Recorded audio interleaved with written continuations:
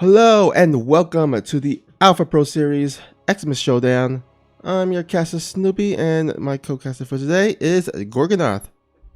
Yo, what's up, everybody? Hope you're having a great day so far, but if you're not, or it is, it's about to get better because we are starting off this Group B of Group Stage 1 with Scarlett versus TY. And we're going to actually jump right into the game here. Yeah, man, Scarlett versus TY. Of course, we're doing Group B here, and you guys had a great series of games last night. It was fantastically casted by you, Snoopy, and your co-caster. But tonight we've got Scarlett, Puck, Sue, and TY, as you see on that nice graphic there. So we've got two really good foreigners and two excellent Koreans. So it's going to be very exciting to see the Korean versus foreigner matchup in this group. Definitely. And why don't we get right off the bat by introducing our lovely players. Why don't you go ahead and do the honors? Oh, I am not in the game. Oh. Did the game start? Yeah, the game started. Sorry, everyone's in the lobby, so...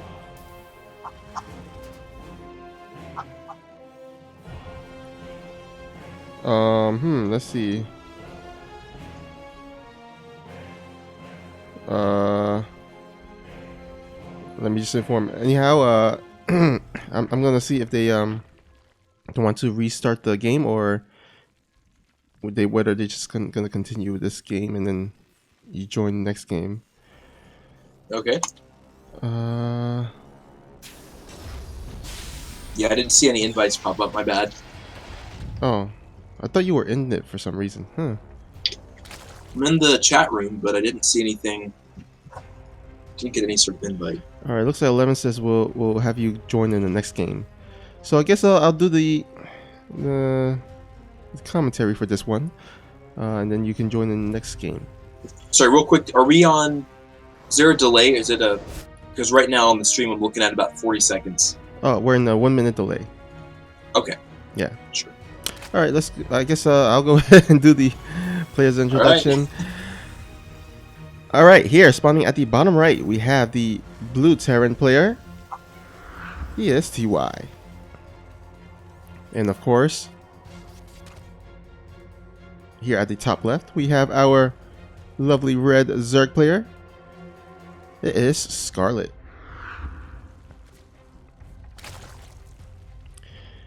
All right.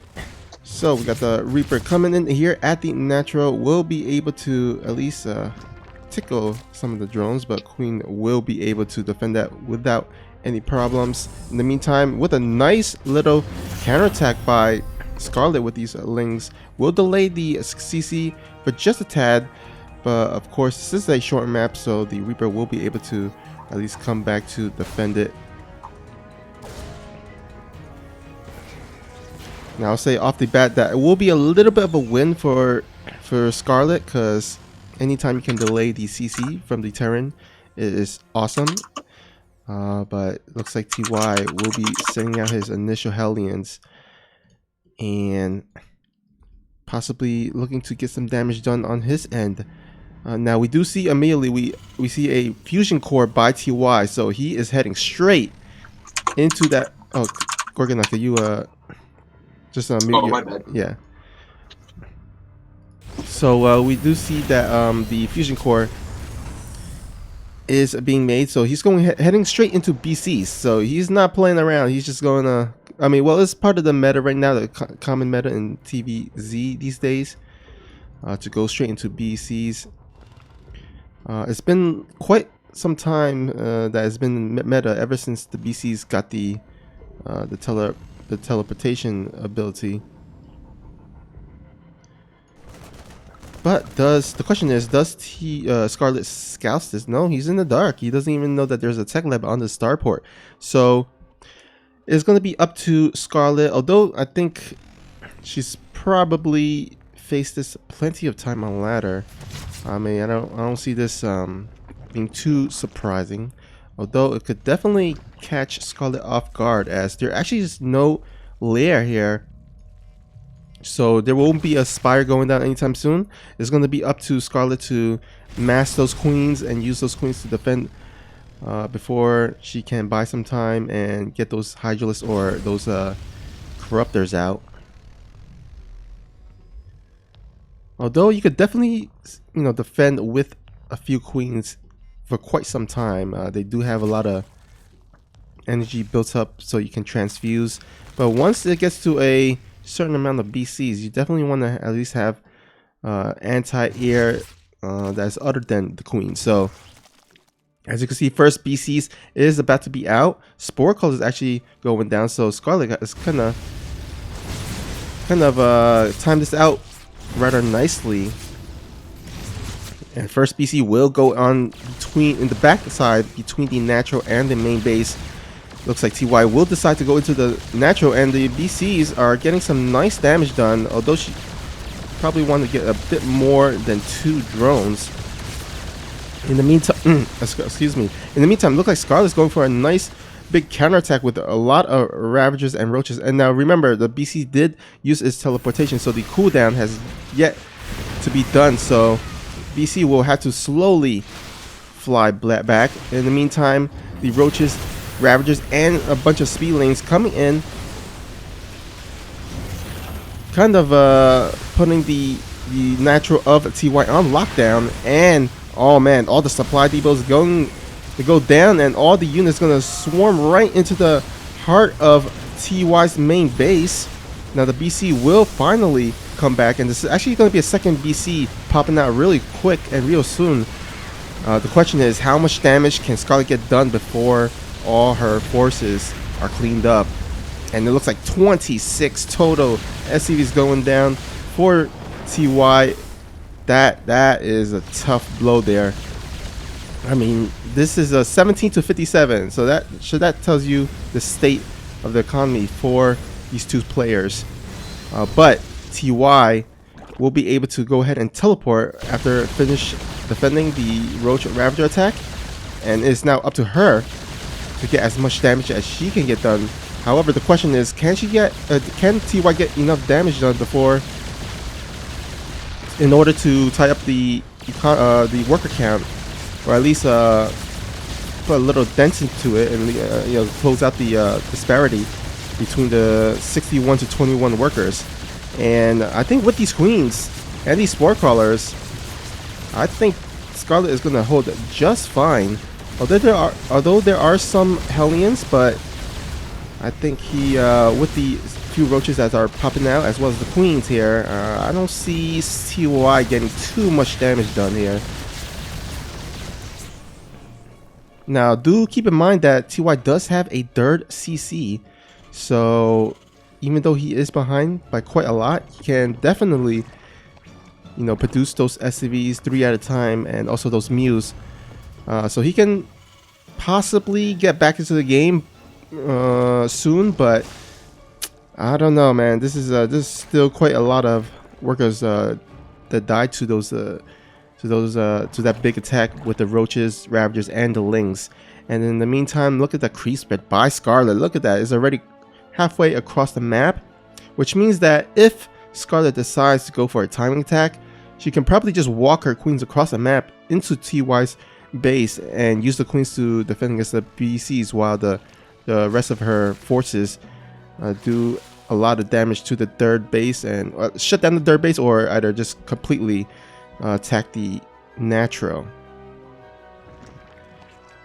Now, looks like Yamada cannons are being researched, so that should at least help out the BCs later on to kind of focus fire on the queens, damage them before engaging fully. And but yeah, the Hellions, I like the activity at the very least from TY by these Hellions to at least just be active, get any creep tumors that are being made, because now creep tumors, they can't be cancelled. So if you're extending your creep tumor, it's you're basically committed to that creep tumor. All right, nice cancel here. There's a little win here by TY, which that's what he really needs at this stage in order to keep his game hopes alive. But they are corruptors, so The anti-BC tech are out, and there's also plenty of queens as well to transfuse either their fellow queens or the corruptors if needed. And I'm not sure what TY can get done. I mean, he only has like one tank out in the field. I mean, he does have actually more tanks, but this is quite a large amount of roaches that will be coming across the map soon. But it looks like the Scarlett is deciding to just macro up. I mean, she knows that she's pretty ahead. So as the saying goes, if you're ahead, get more ahead. And that's exactly what she's doing. She's getting the +1 range attack as well as the +1 air weapons, which will definitely help the corruptors against those BCs. And in the meantime, TY on the other hand, he's just pumping out some more tanks in order to help defend against the roaches. The BCs will probably go down to the corruptors, and after that, TY will probably need some doors in order to defend against the corruptors, or the corruptors might actually go start spewing on top of his buildings, which is exactly what TY doesn't want to do, because he does not want to lose production buildings. He can't really afford it. He doesn't really have a bank to lose buildings or units or mass units, so he's got to make sure to keep at least the tank safe against the ground units. Although if Scarlett actually takes to Broodlords, that might be troublesome, because the corruptors will probably clean up the BCs, and then all that's left over are no BCs and no Vikings to defend against those Broodlords, and the only thing he will probably have is doors. But either way, looks like Scarlett is ready to attack. He's gonna scare away those BCs with those corruptors. He's gonna start spewing on those armories. Oh my god, that would be pretty huge if he can get these armies, and he will get both armies before the upgrades are done. So let's see, what's the upgrade so far? +1/1 for Scarlett, and TY has reset it in terms of his upgrades. He's gonna have to rebuild the 2 armories and then research it once again. But I don't even think that matters, because Scarlett is looking like she's gonna bust through here at the Natural. All the BCs has gone down. Corruptors have pretty much cleaned up the whole air army, and oh, looks like Scarlett will take that in a decisive game 1. So well played there by Scarlett. All right, Gorgonath, you're back here. You're still here? Sorry, yep, I am back. Just had to unmute myself. Yeah, it was a great game. Of course, I am watching it 1 minute delayed. But I really liked the decisive play from Scarlett when she saw the BCs to warp in to pounce, and she was able to get enough damage to snowball a lead and eventually win the game. So, like that killer instinct from Scarlett. Yeah. I mean, the one thing is that when you go for that BC type of build as a Terran, you're gonna be vulnerable in the ground army. You're gonna basically be relying on Hellions to defend, because all the gas is going towards the fusion core to the BC. So the bulk of the army of the Terran will be Hellions. So it's up to the Terran player to make sure that he scouts that there's no counterattack, because that at least let him know that there is a incoming push and he can keep his BC at home to defend. Or if there's he can scout that there's no incoming attack and no aggression, he can send his BCs across the map and harass and get as much damage done before returning home. But yeah, well done there by Scarlett.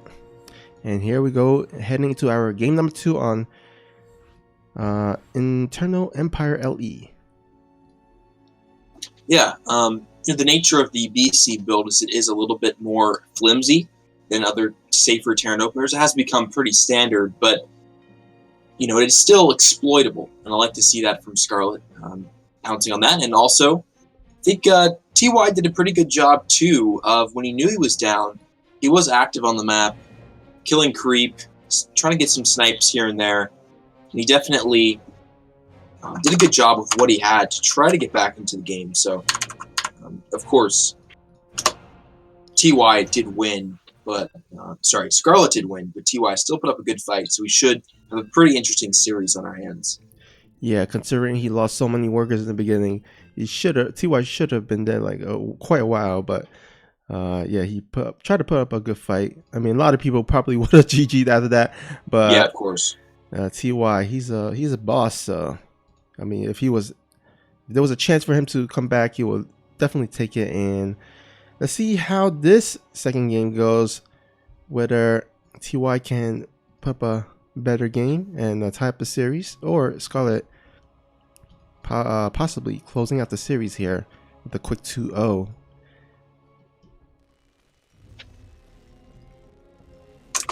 All right, in the bottom corner of Eternal Empire, we have the blue Terran. It is TY. And spawning at the top right, we have the red Zerg player. With the impressive game number 1. Can she close it out? It is Scarlett.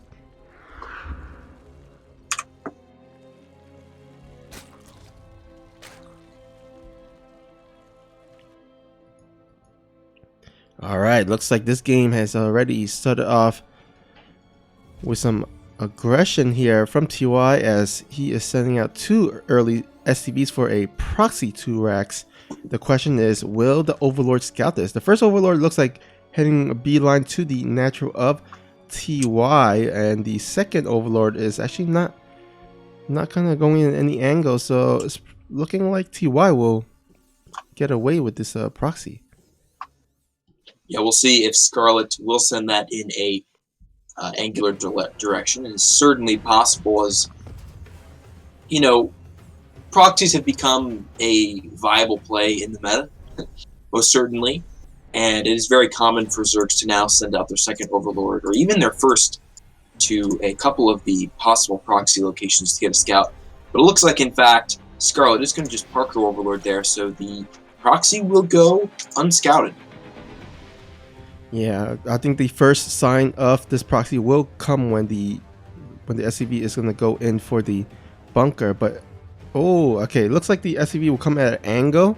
Maybe that will give him some hint, or give her some hint of this attack. And definitely here with the first Marine attacking. Now let's see if the Scarlett will pull the drones, or if she's going to actually sack the natural. And it looks like she's going to just sack the natural, as she's getting her relatively quick second gas, and will head straight into Roach Tech.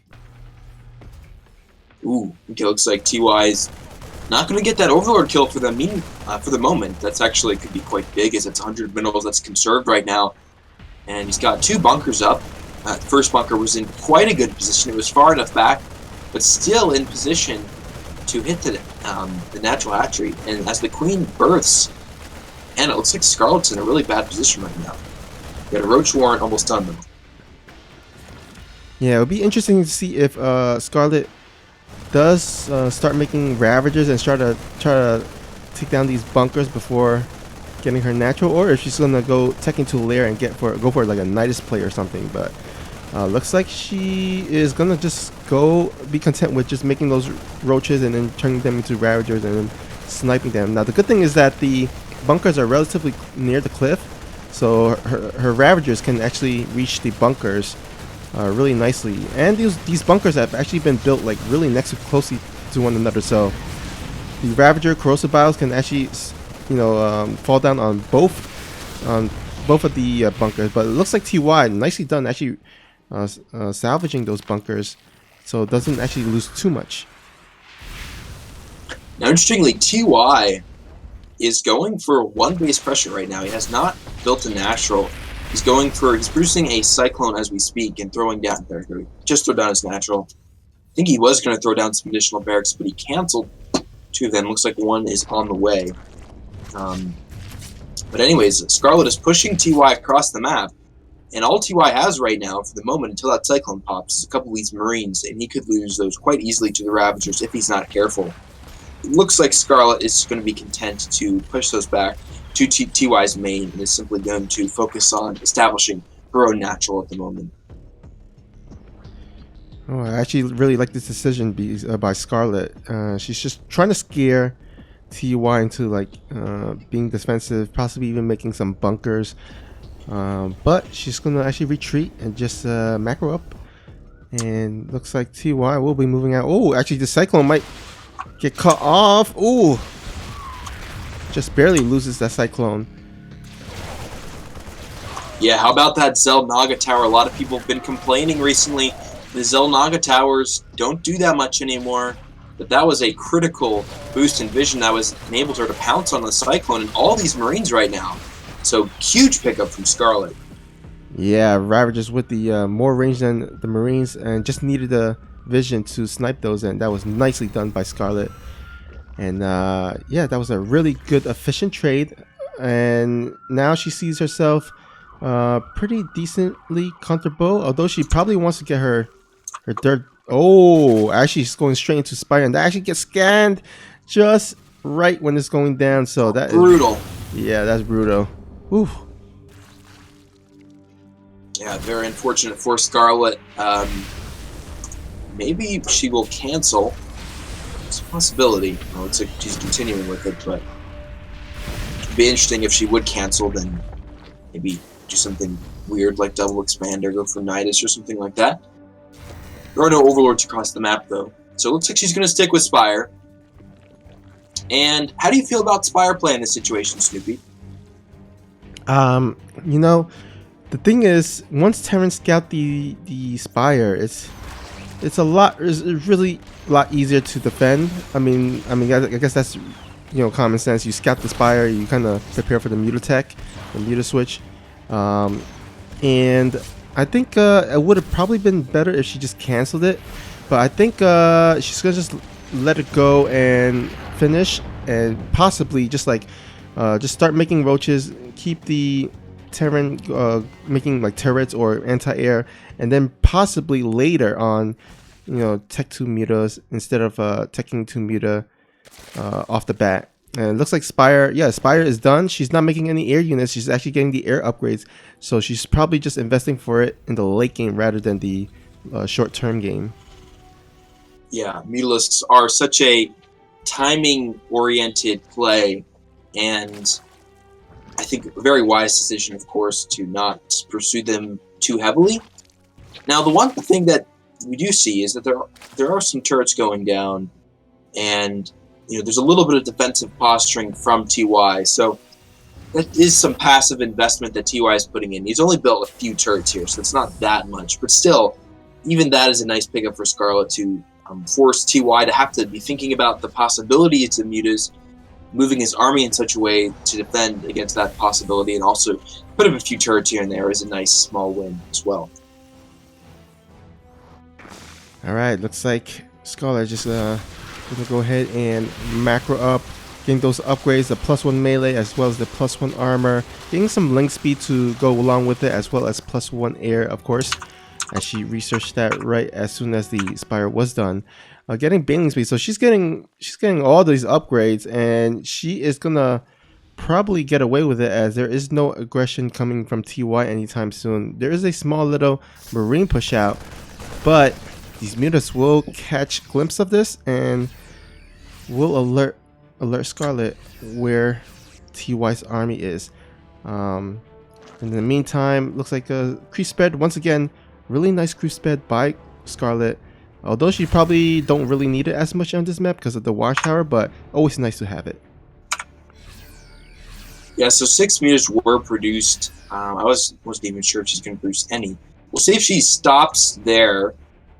6 is a very small investment, but it does provide her with quite a bit of utility to snipe some possible medevacs, and this is quite a large map, and Scarlett has a lot of opportunity to expand sort of up to the top left of the map, and those mutas will be a nice zoning presence for here as the game progresses. Yeah, I mean, that's a good point. There is a lot of airspace behind that natural base, as well as probably the dirt, and things like drops will be pretty deadly, and Mutalisks will be able to at least shut that down. So that's quite nice to have at least not too much Mutalisks, but at least some to deflect any harassment. Scarlett's still in the supply lead here. And I think in the wash of terms of the game, the proxy ended up being advantageous for Scarlett by quite a bit. Now TY, as we saw from last game, is of course being very active on the map, but it's very hard for him to do now that there's mutas. And now that once Zerg's comfortable, once the creep spread reaches a certain point, it's extremely hard to be mobile against the Zerg because the Zerg has complete map control right now. We do see a move out commencing from TY, and it looks like we've got about 5 tanks, so this is going to be a very positioning-oriented fight that TY wants to take. He has to get his tank siege up in time before the fight takes place. Ooh, those tanks in the back get some really nice, decent shots. But Scarlett is waiting for those banelings to finish. And yeah, the mutas could also come in from the south here and snipe a few tanks if she has those in position. Yeah, that would definitely be really nice. If you can decrease the amount of tank count, that's always a good thing. And looks like, but Scarlett, she doesn't really have tabs on the extent of the whole army. So I mean, she doesn't really have the watchtower on her side. She doesn't have she tried to send some changelings, but those changelings are actually pretty lazy and get sniped off. But yeah, Scarlett's gotta be careful because there's actually recessing creep. TY has done a really nice job sniping those creep tumors, and that will probably be in his advantage during the engagement here. Yeah, the bio is extending out here. It has been very cost-effective thus far. Corrosive Bile's just too slow to really land on that bio as TY moves back at the perfect time. Here we go. It looks like Scarlett's coming in for a fight now. 2 flanks of banelings coming in, converging at one angle, getting some nice connections, but the splits are really good so far. TY having a group of bios that's standing strong on the ramp.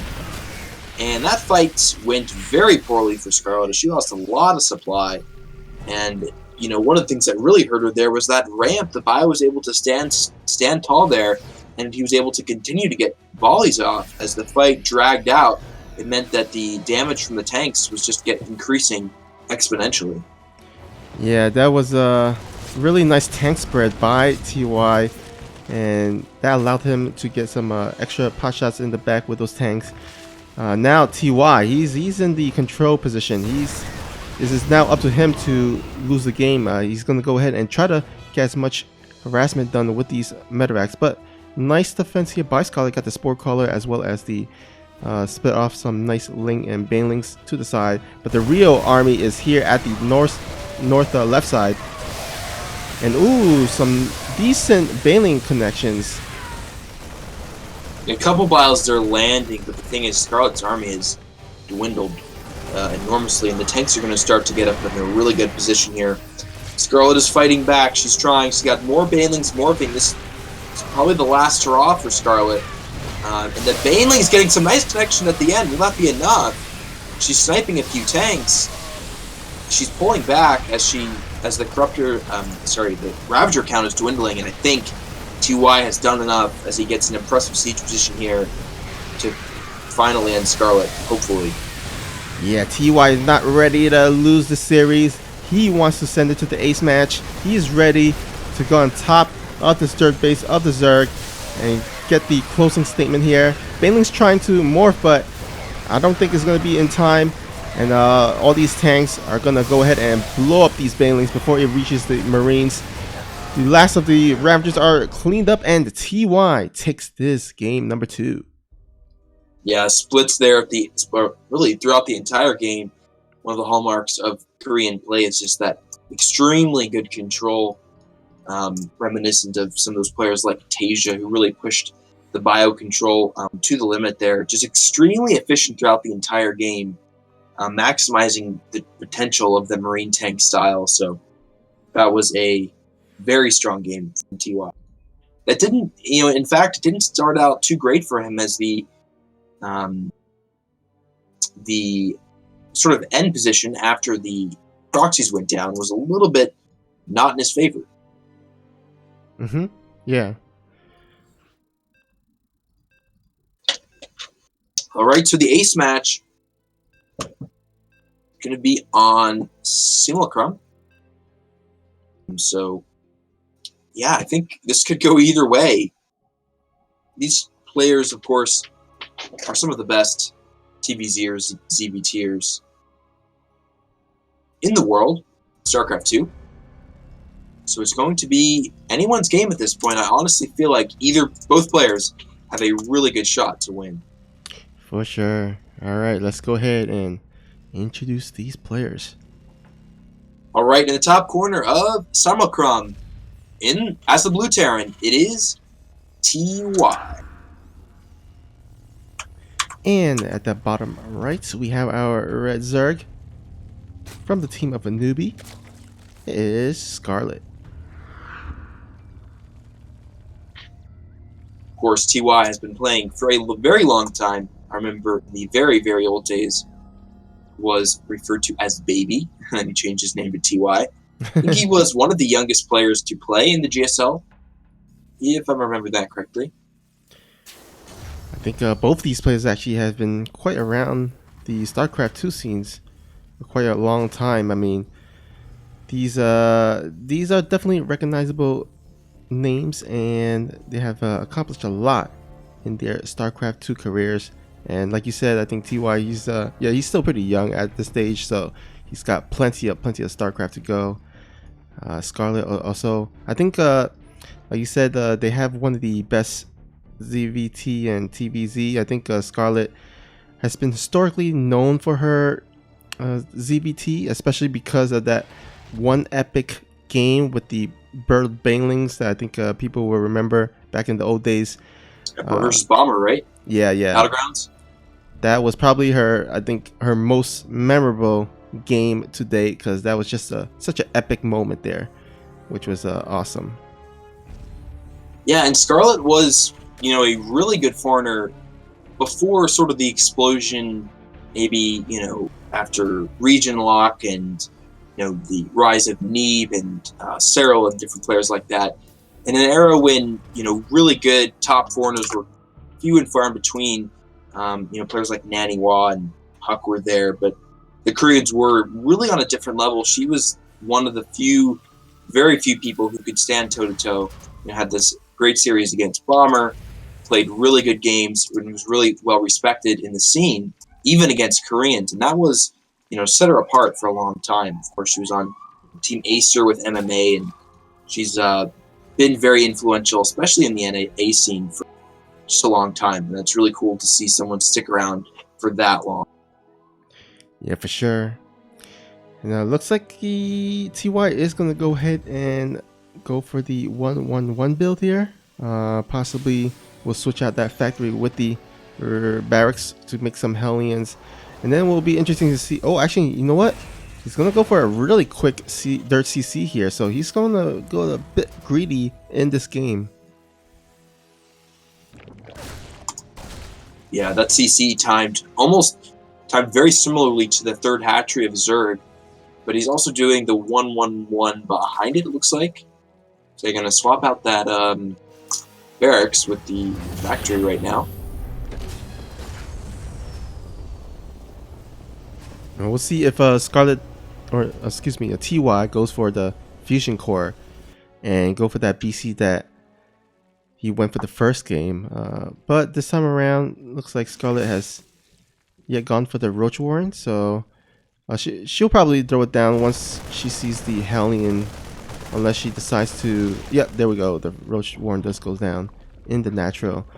And yeah, both players will go ahead and probably head into the mid game. Fusion core, as I say, is gonna be on the way, so BC will be the tech of choice for TY. He's probably gonna make the first BC harass a bit while he establishes the dirt base, the dirt CC. Yeah, it's interesting pairing of choice, especially after what happened in the first game, to see you're going for the BC build, but then coupling that with a even fast third CC. It's almost like TY is making a statement here, doubling down, saying, no, I can do BC and I can be greedy. Okay, looks like we're seeing a Banshee, so slightly different here. But still, yeah, okay, so that kind of throws my analysis off. Banshee actually, I think, fits a lot better with this, with the fast CC, because, like I was trying to say, BC is flimsy. It's a little bit more risky because you don't have that muscle quite up front, and you do have to invest into it quite a bit. And then to be going with a fast expand after that would be a little bit pushing your luck. You know what? I feel like Scarlett misread this because she's placing bunkers, two bunkers actually. Okay, she just canceled it. I think she went for the Banshee at first to defend against a big push that she was expecting. That's why she's putting the mass bunkers at first, and then now I think she just realized, oh no, it's just actually I misread this. It's not actually aggression coming out, so she's gonna he's gonna actually switch back to the BC after the Banshee and cancels the bunker as well. So a little bit of a misread possibly from TY, and Scarlett is gonna go ahead and wait. Does she see the? Nope, she's still in the dark. So I guess scouting is not in her schedule plan. Yeah, and one of the interesting features about this map is that, leading up to the sort of the plateau that the third is on, there are 3 ramps. So the Queens, basically what they did is just rotated around every one of those ramps and were able to block the Hellions out. And Scarlett is ready to kill this Banshee if it sits out here. She's got an Overseer as well. TY's got to be careful. Okay, barely. Oh, he gets it. She gets it, excuse me. Man, that's a great pickup from Scarlett. Yeah, but it looks like the BC will of TY has gone into the main base. Doesn't get too much done, only 2 drones, and these Queens will be more than enough to scare this BC away. But the important thing is that the BC does get away and does not die, because he invested a lot into the BC tech, getting even Yomata cannon upgrade really quickly. So definitely want to save that and not lose it. Yeah, he's even producing another one. It's about finished. It gives him more utility as he can split the Zerg's attention up. And, TY, of course, taking his third very early. He's got a booming economy, got a lot of tank production. It looks like he is going for mech this game, which is interesting. And of course, I love mech. But it's great to see, when you can do mech, when you can do bio really effectively, all at the top level, it means that Zergs have to prepare so much harder. Oh man, Gorgonath.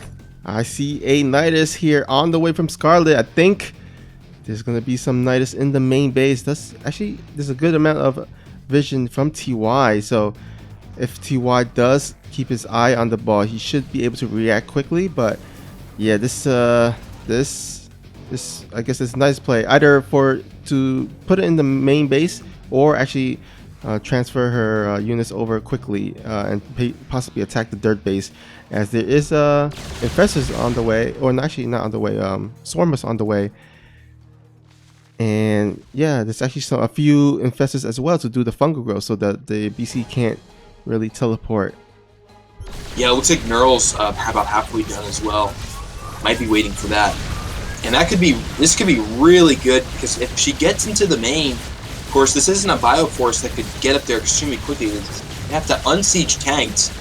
So she could catch TY a little bit flat-footed and get a nice play. We'll keep an eye on that Nidus, see if it is as effective as it could be.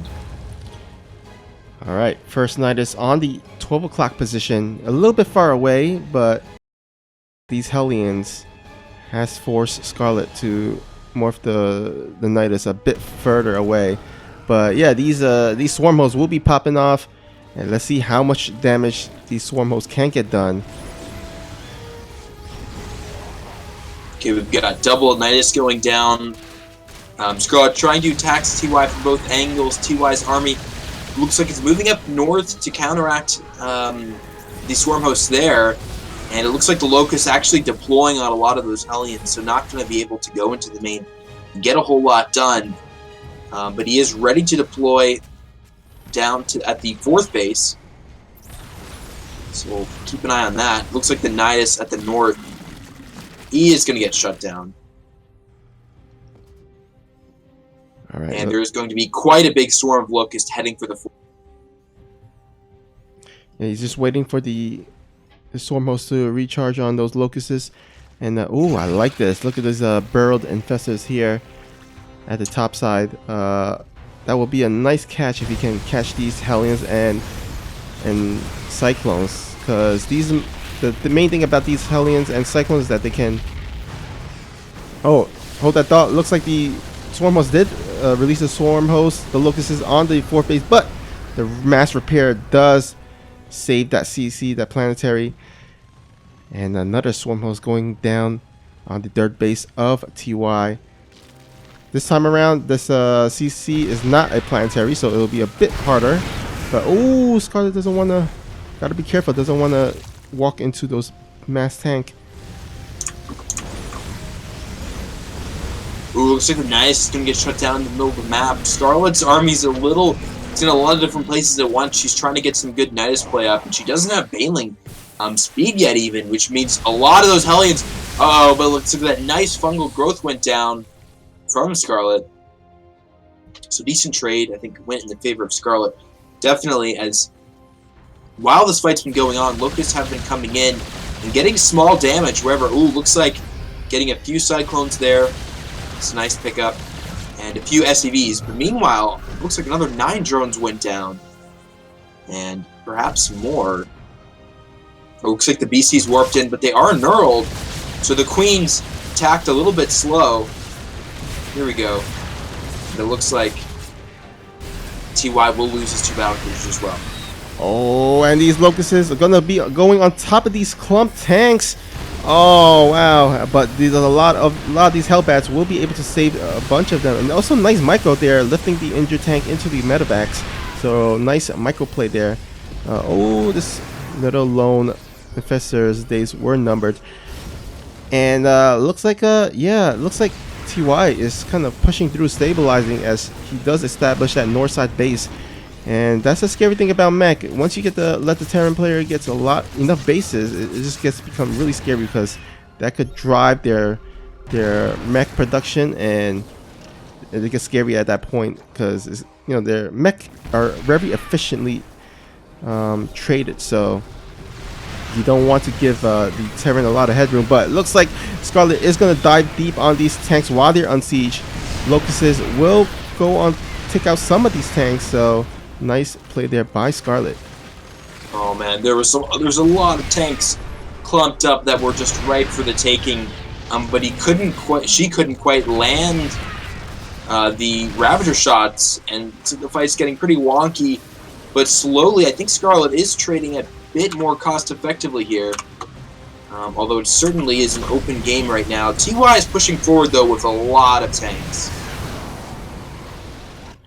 Oh, those Corruptors spewing on that CC will get the command center, so that means that will hinder the economy of TY just a bit. But there are still a lot of tanks, and a lot of doors are going to be joining the force rather quickly as they are coming out of the factory. Scarlett though has a really, again, her creep has just been amazing throughout this whole series. And I think that is going to play a really big factor when it comes to the engagement here, because she definitely wants to at least move her queens around efficiently and quickly. But yeah, Scarlett is morphing 6 Brood Lords. And what does TY has? He only has a bunch of Thors to defend against these. There's no Vikings in production, but it looks like 3 of these Thors are actually going to get dropped. Looks like he is looking for those locusts, or the swarm hosts, excuse me. And there's the drop. And they're going to get some great damage done, sniping a lot of swarm hosts before they get picked up by the medevacs. Man, that's a very cute play. Oh, Ooh, God. But it looks like, meanwhile, it looks like Scarlett found a little bit of a soft spot here. Going into the third, the tank siege is going to be brutal as it comes in from 2 angles, though.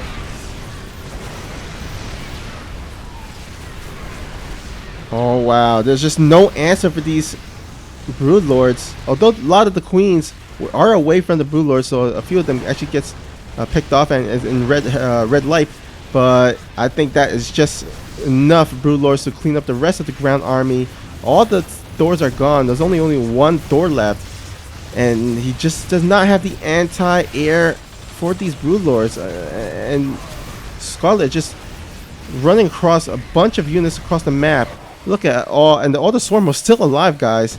So she can still throw those locusts, and TY just had enough. He's GG's out, and Scarlett will take this series 2-1. Nicely played, and Scarlett pushing TY to the max to try to defend across all his bases, and it looks like TY there, I think at the end, got a little bit over-eager, trying to kill some Niduses and Swarm Hosts, and his attention got split, and Scarlett was able to take a really good angle where she was able to get the Swarm Hosts in all on top of the tanks. The Thors were separated from the herd, and was able to just tactically destroy TY's mech army by dividing and conquering. So, amazing positional play from Scarlett. Yeah, and that map is huge, so positional play is definitely very important. And Scarlett made use of that. I mean, especially with the creep spread, allowing her to position herself from side to side. Also, that swarm, also the Nidus network, the Night Swarm, being able to throw down from side to side, kind of pushing TY back and forth, up and down, left and right, all over the place. And it just, yeah, I think, I've seen a lot of Terran players for some reason gone mech more so on that map for some reason. I feel like bow play would probably be better, because a lot of the games that I've seen where Terran go mech on that map, they just don't really end up well, because of just how the sheer size of it, and you can't really place the tank on every place, every base. So I feel like bow play would be a bit more better, but I mean, who am I to judge? TY. I mean, he's a he's a beast. So I dare not question his decision. But looks like Scarlett will be able to take it 2-1, advance to the winners versus winners match, and TY, it's not over yet. He still has a chance, as he will be facing the loser of the next upcoming series that we have here, which will be Sue versus Puck. Yeah, and it's an interesting point you're making about different playstyles versus the maps. And the second map we saw, Eternal Empire, could be a very strong map for mech. And with the current maps we have in the pool, I think it's certainly you can do. The maps aren't so radically different that certain playstyles are impossible to pull off in any map. Certainly.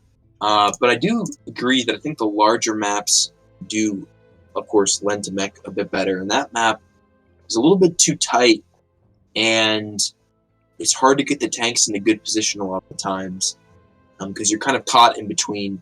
If you're too far forward or too far back, you can get run around quite easily. So I agree. I think Bio would have been nice to see on that map. Although certainly, of course, both can work.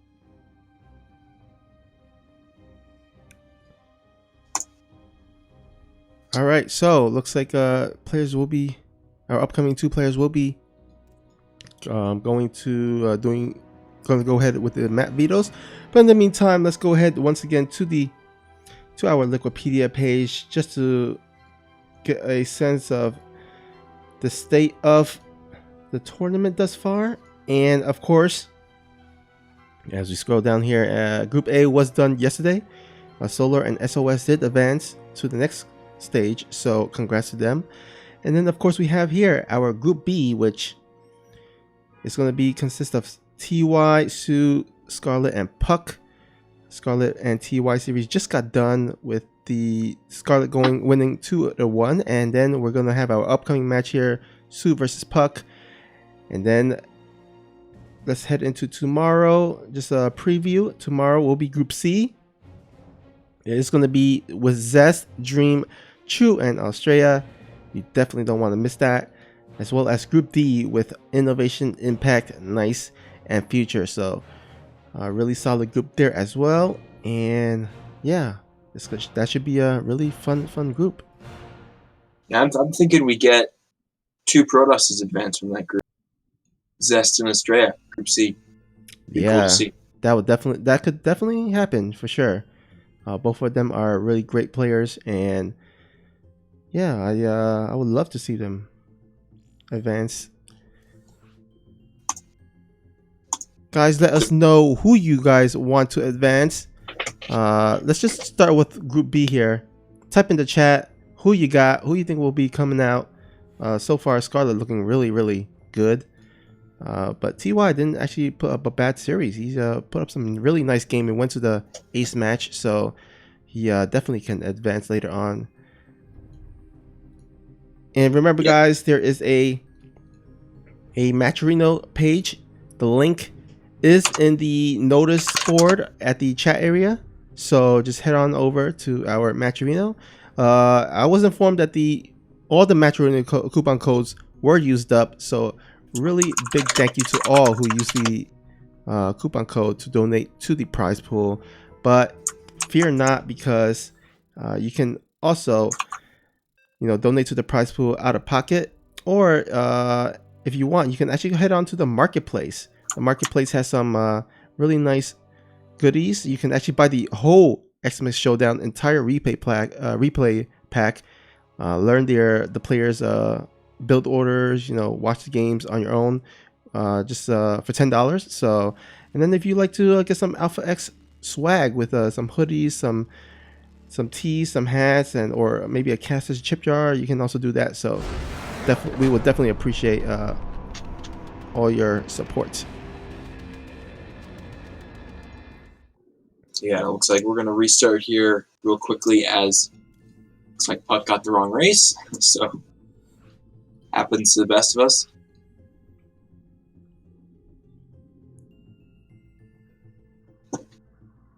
And we're moving into PVZ.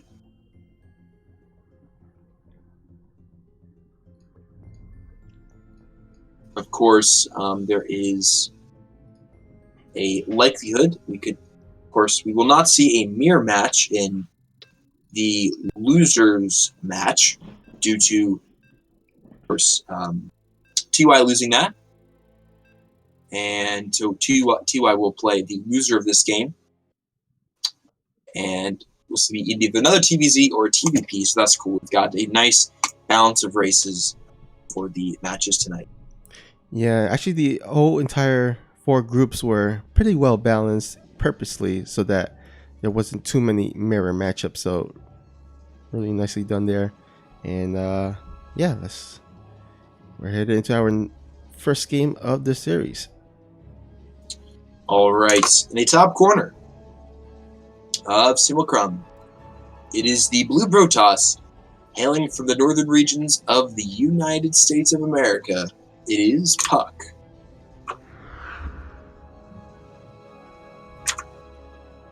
And spawning at the bottom right, we have our Red Zerg player from Shivos SC. It is Sue.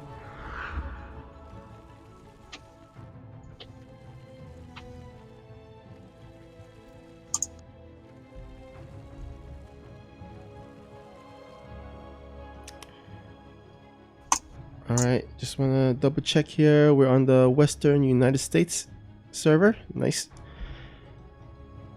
Cool. Yeah, and of course, thank you, 11, for adminning this. Makes it so much easier for us. I used to watch Buck stream quite a bit back in the day. And, he was, of course, liked his Stargate play in ZVP quite a bit. But he was a cheesier player, and I think it's pretty fair to say that Puck versus Sue is Puck is a bit of an underdog coming into this series. Yeah. So I would not be surprised to see cheese in the first game. Yeah, I mean, I would definitely not be surprised if Puck decided to pull out cheese in any of these 3 games. But like you said, yeah, I think Sue on paper will probably be the favorite coming in here. Although Puck has his fair share of upsets in the past, but yeah, Sue is definitely a beast. He ended the year with 6,200 WCS points. He also won his first major IEM IM Katowice tournament earlier this year, and that was, of course, very, very great moment for Sue, as he has always had a trouble winning major tournaments. That's why he got the kind of the stigma of being second place all the time. He did reach, I think, 6 GSL Code S finals in second place, so always great to see him win a major tournament. Hopefully he does it again in this upcoming year. I still feel like, or at least I still want him to at least win a Code S finals in the future, but it is not an easy job to do, so we'll see if he can do that. But in the meantime, looks like Adept will go ahead and shade into the main base. Will he let it finish? Okay, he does cancel it, as that was quite dangerous if he did let it finish. But he does scout the third base, which is all that he wants to confirm. Yeah, and with the Adept getting a nice scout, I'm just going to go straight into Phoenix here. Phoenix, solid play. I like it a lot from Protoss. Get some Overlord kills right off the bat, as well as nice scouting throughout the game. Yeah, first, Phoenix will clean up any Overlords around the base, and will probably join the Oracle or two across the map, so that the Phoenix will probably lift up the Queen, and then have the Oracle focus fire on the drones, which takes a lot of micro, but if you can do it, then it's really nice, because you get some economic damage done with the drone killing, and then you can get out, because Phoenix is, even though they have they're not the bulkiest units, but they can definitely get out in time, as the Queen is lifted and won't be shooting at the Phoenix. But looks like Sue will try to at least lock down this third base. Can he get the probe and transfer, though? Looks like Puck will establish that third base safely. And this is a good scout for Sue. Telling him that there's not going to be any sort of crazy third base pressure. It is just a normal third base expand. And Sue looks like he's going to get, I think, 1 Adept there for his trouble. He's continuing to rally Lings across the map, but there are more units warped in for Puck, so that is going to be a fruitless endeavor.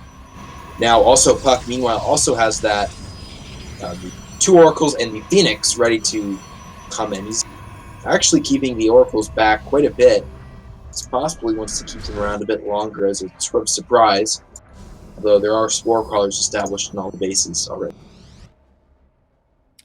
Oh yeah, that's a lot of Oracles there. Might actually catch Sue off guard, and he's invested a lot of units, or a lot of larvae to these few Lings, which will probably not get much done. Oh man, it's actually getting a little scary for Sue, as these 3 Oracles come into the main base. Snipes down the Queen relatively quickly. And oh, nice Michael saving that 1 Oracle. Wow, 8 drones, 1 Queen down. Possible couple larvae too. Nice pickup from Puck. So yeah, just strong. That's that NA cheesy off-tempo play. Good to see. Yeah, and you see oh, looks like we have a little bit of a lag here from someone. Oh, Sue. Unfortunate there. Hopefully it does not become an ongoing problem. But he is again playing on Korea while Puck is playing in NA, so yes, this looked like a pretty clean break. So hopefully it's not a pure disconnection. But yeah, Sue has not rejoined yet, so most likely did disconnect. But yeah, looking at the state of the game, yes, 95 overall supply for Puck compared to the 59 of Sue. And Sue, oh boy, I'm just looking right at the mineral, and he's got 3.2k minerals banked up. That is very, very uncanny. I think it's probably Wow. Yeah, that doesn't look right. Yeah, he's probably, I don't know, maybe something happened on his side that allowed that mineral to get banked up so much, but that is a lot of minerals that he needs to spend because he's not quite in a good position in terms of the overall supply. So definitely want to start spending those mineral. But yeah, it looks like Su got DC'd, and oops, let's go ahead and fix that score.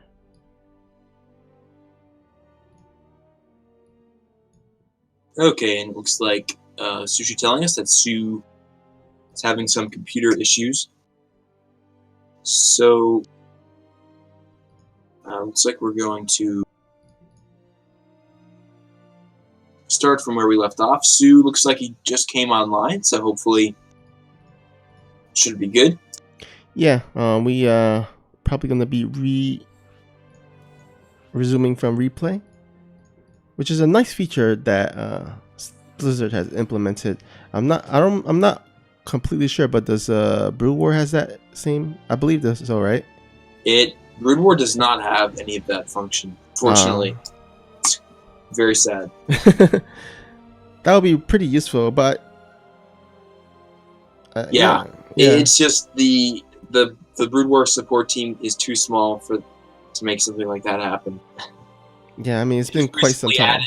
They just recently added being able to pick your own color, so you gotta slow your expectations. All right, looks like Sue is back in the game, and we're about to resume from replay. Although this does not look like. Wait, is this? This does not look like resuming from replay. Oh wait, no, there we go. What's the difference between recovering and resuming? I think they mean the same. Okay, I'm just curious because Sushi in the chat said not resuming, recovering. So, just curious. Oh, sorry. I guess different terms. What I meant was recovering from replay. Oh, so they're literally the same thing? No. Well, it depends on.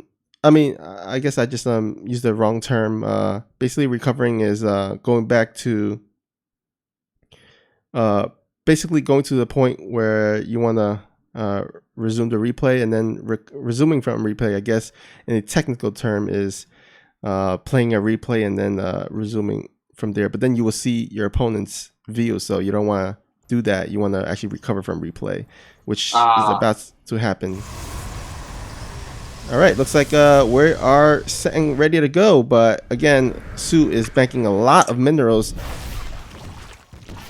And some more additional drones going down. Oh, this is hurting Sue so bad. And Puck is just... Game paused. Oh, looks like a little bit of a pause there.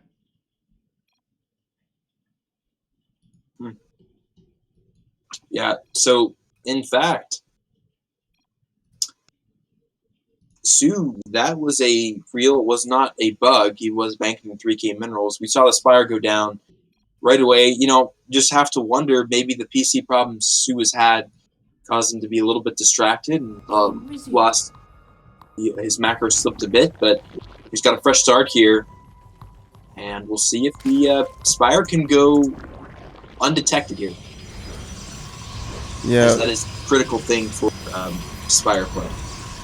Yeah, I think the Spire play is probably one of the things that Sue can try to come back into the game, try to catch his opponent off guard with like a Muta switch or something, because he definitely needs something to get back into this game. I mean, he is down by quite an amount of supply. I mean, if it was a normal game, their supply will probably be switched. It would probably be Sue with the 109 supply while Puck is at 78. That would make better sense.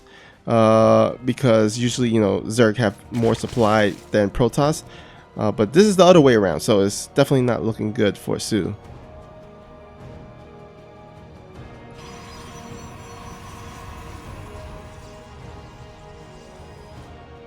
Did you switch the overlays? Oh, sorry. Full screen? Okay, I was just watching on the stream back and didn't move it. Okay.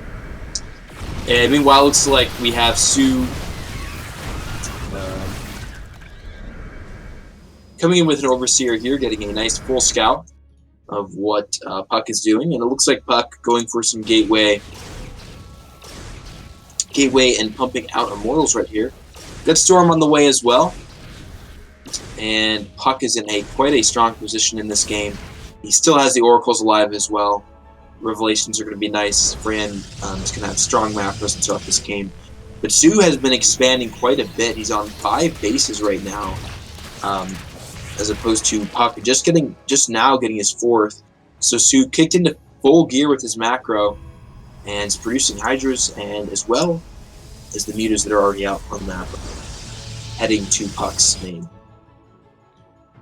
Oh, this Phoenix will catch a glimpse of these Mutalisks. I don't think he actually saw that because he's not prepared. He's not warping any stalkers in the main base. But yeah, these Mutalisks is going to get a lot of probes here, and it looks like it's going to force Puck to just immediately counterattack. And the Sue have enough though. I mean, he does only have a few Hydras and a few Lings. He's trying to morph in some Banelings, but is it going to be enough in time? Storm is done, so he's going to have a good amount of Storm. Yeah, a lot of mana on these High Templars. Great Storms going down. Okay, looks like, sorry, I was anticipating. Only one landed. He's got quite a few more. Some pretty good ones so far. A lot of the Banelings getting sniped. But Puck has lost a lot at home. He warped in Stalkers to try to defend his main, but he's lost 32 probes so far and counting. He is committed to this attack, and he's done pretty well, but he's out of Storms right now. And Sue, the reinforcements, I think, are going to start to clean this up. Yeah, it's going to be quite close. There's still a lot of Immortals, though, and one Archon left, but can he pull it? It looks like Muta's actually going to come back here to help defend. There's actually not a lot of anti-air, so these Mutalisks can actually possibly take down that War Prism. In the meantime, there's still 4 Immortals left over. A lot of Lings being made in the production tab. He just needs to hold off, and he should be in quite a good position. But the question is, can he do it? Can he hold this off? Can he defend this? And it looks like slowly but surely he's pushing the Protoss army back. There's only 2 Immortals now left over, but there is still an Archon. More units being warped up, and oh, the War Prism is so low in life, and the Mutalisk just gonna focus it finally. So from this point on, there's going to be no reinforcement for the Protoss. And these Lings are going to try to get us around there. But nice one last Storm on these Lings. And oh my god, there's just still 2 Immortals and 2 Archons left over. Now 3 Archons. And Sue is going to be basically relying on Lings to help clean this up. And more Zealots are coming in, which will mean it's going to be a lot harder for Sue to clean up. And he knows that he's going to GG, and Puck surprisingly actually win this first game. Yeah, very strong play from Puck there. Pouncing as soon as he saw the Mutalisks, not conceding to try to go back and deal with it. And yeah, Sue is just caught off guard. I mean, when you're playing players as high level as Puck, something like having 3k minerals banked is such a huge deal. And it's unfortunate if that was due to computer problems, and that is very unfortunate. Either way, though, that is an extremely significant sort of misstep, and that gave Puck a big opening to be able to put some pressure on. Puck controlled that very well. Yep, and this upcoming game will be on Ephemeron LE, so let's see if Sue can turn this around and even up the series. Yeah, gotta expect Sue's gonna be a little bit upset after that loss, and gonna see the return, I'm sure, to peak Sue form in this game, and we'll see what Puck pulls out, as he was quite successful with that Oracle Phoenix play in game number 1. For sure. All right, for game number 2, Sue versus Puck. In the bottom corner of Ephemeron, we have the blue Protoss. It is Puck.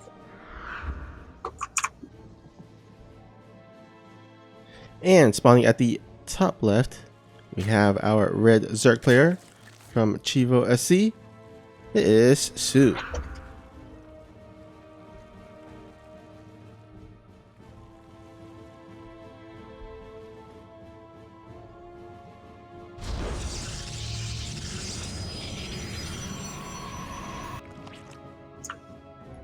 Alright, so it'll be interesting to see what these players go for. I imagine Su will probably not commit as much lings to trying to take down the dirt base, because that definitely did not work last game. That basically, I mean, he basically committed a lot of economy to those lings. Instead of making drones, he invested it in those speedlings. And then on top of that, the Oracles came in to at least to further damage his economy. So at that stage, at that point, it was really hard for Su to come back, but he barely almost did with that meter switch, and was able to at least get ahead in supply later in the later stages. But with basically the army composition of Puck was just superior with the Mortar, with the Archon, the Templar, and that was just better against the army composition that Su had, which was Lings, Banelings, and Hydralisk, and a few Mutalisks, and Puck was able to close it out just based on superior army. Yeah, for sure. And the interesting thing is, I like, of course, Su crushing the third base a lot. Being active with Lings early on, when a player is committing to Stargate and they do have, especially if they have Phoenixes and they're out in the middle of the map, you can oftentimes catch a probe or a Adept or two undefended and get a nice pickup there. But the reverse side of that is if you invest too much into it and it's not effective, then you just giving your opponent a lead in terms of points lost. This time it looks like Su is doing a little bit of scouting with his Lings, making sure that nothing's happening, and he's getting his third on time. Buck's going for Stargate again, and I expect to see that Phoenix into Oracles. It's quite common for players to get at least one Phoenix, even if they're going to switch into Oracles afterwards. And what was interesting was Puck went for one Phoenix, 3 Oracles, which there are a lot of different iterations of that. But it's interesting because most Zerg, of course, every Zerg player will have at least 4s in their main, but having 3 Oracles you can sort of just say, screw the 1 spore, you can still get between 7 to 9 drones killed, and which can be a really, really strong pickup if the Zerg player isn't prepared with extra queens in the main. Alright, looks like this Phoenix is trying to get this Overlord, but these queens will push it back. And in the meantime, Oracle is being made in the production tab. And we'll see once he gets about maybe 2 to 3 Oracles, how many drones he can get compared to last game where Su was pretty much caught off guard. But this time around he should be well prepared, as he does get the scouting. And he sees pretty much everything that Puck has. Immediately, one difference, at least compared to the last game, is Su is not, I don't think he looks like he's not coming too much to the trying to deny this third base. I see drones on the production tab instead of Lings, so I think Su kind of pretty much learned his lesson from last game. And yeah, he's just beasting on the drone tab, and a lot more drones on the way as he gets his lair. And the Lings for Su still being active, though, looking to see if he can get a pickup here and there. But the supplies are dead even, and it looks like there were 2 Oracles built this time. But and of course, Su very well aware and very prepared for the potential Oracle harass. He is trailing them with his Lings, so not a whole lot most likely going to be done. Certainly, probably not as much damage as last game, but that of course isn't critical for Buck. He's getting established on his 3rd, starting his Forge and his Twilight Council, and both players are heading into the mid game at a pretty even pace.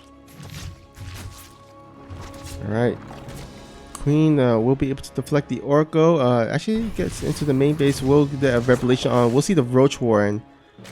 So at least you know what tech Su is going for, and not the Hydralisk like he did last game. But yeah, both players are just macroing up, getting their tech, getting their upgrades. And oh, this fourth base. Wow, nice. Gets a cancel there. That's big. Yeah, that's a really nice pick off there.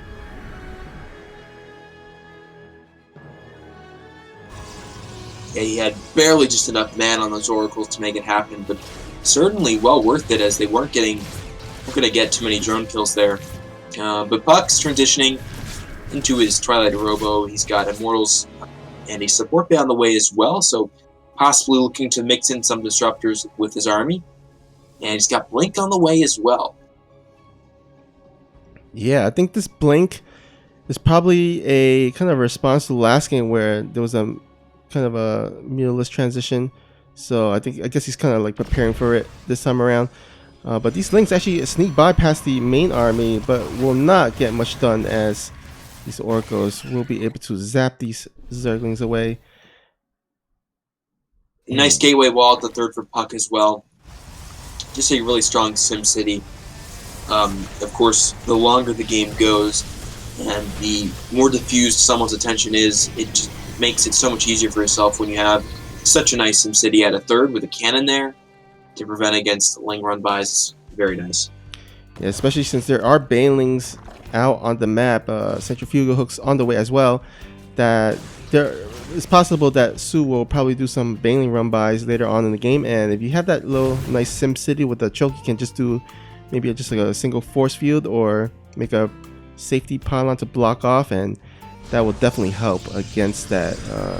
That's the kind of the advantages of having a nice, beautiful wall set up at your bases. Okay, interestingly, Puck is not going for disruptors. He's going for Colossus, getting a pretty quick thermal lance, and throwing down 2 additional Stargates as well. You know, so perhaps he wants to transition into carriers Tempest later on. But Sue has quite a big army, quite a big lead in supply right now. And before the Colossus count gets high, Sue's army is going to be very hard to deal with for Puck, especially with the number of banelings. Can be very fragile. So this next engagement might go very poorly for Puck if he's not careful. 1 Colossus is out, but I don't think it's going to be enough against this tide of Ravagers and banelings. Yeah, it seems like Puck is kind of preparing for the later game as he's throwing down some additional robos and, like you said, the additional Stargates.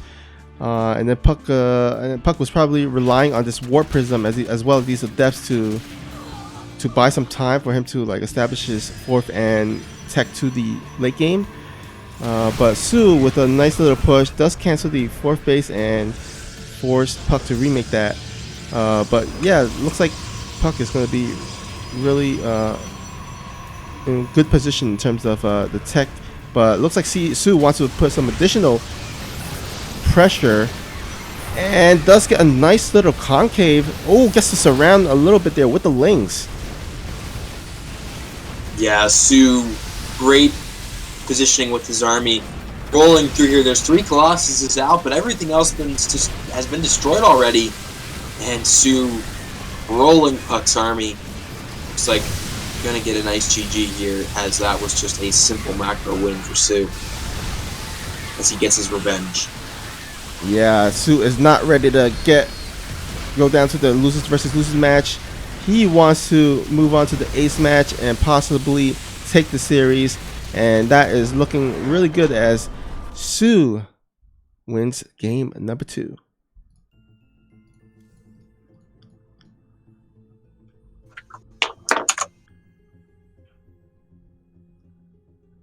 All right, I think I just love that timing by Sue. It caught Puck off guard, I think, because he was kind of teching straight into the later game, which means he just didn't have enough army to defend against the big swarm army of Sue. And I think he just caught him off, I guess, in a bad time, I would say. Yeah, I think Sue's macro definitely better than Puck for sure, and yeah, it's just going to be likely. I think we're going to see a repeat of that in game number 3, as Puck is not quite at the, in StarCraft, of course, when your macro is worse than it's very hard to play a standard game against them because they're just ahead incrementally, and then it snowballs out of control. So we might see something crazy or cheesy from Puck, and I think that might be his best shot, because I don't think he's going to beat Sue in a normal. We shall see. All right, for the ace match of our second opening match of Group B, bottom corner of Triton, we have the red Zerg is Sue. And spawning at the top left, we have our friendly blue Protoss from Root Gaming. It is Puck.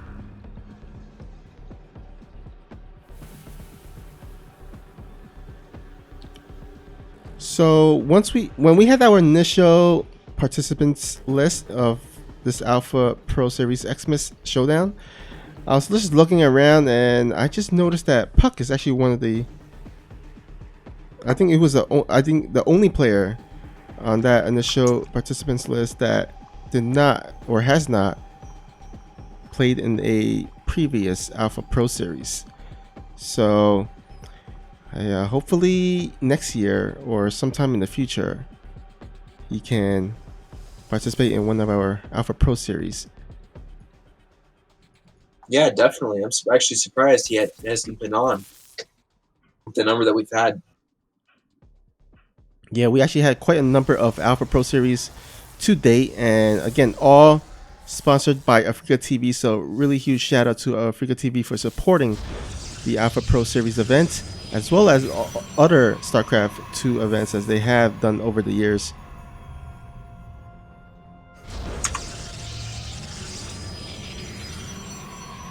Scouting drone of Sue getting in here, seeing what's going on, and going to escape alive.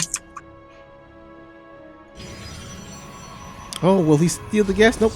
Just got the gas in time.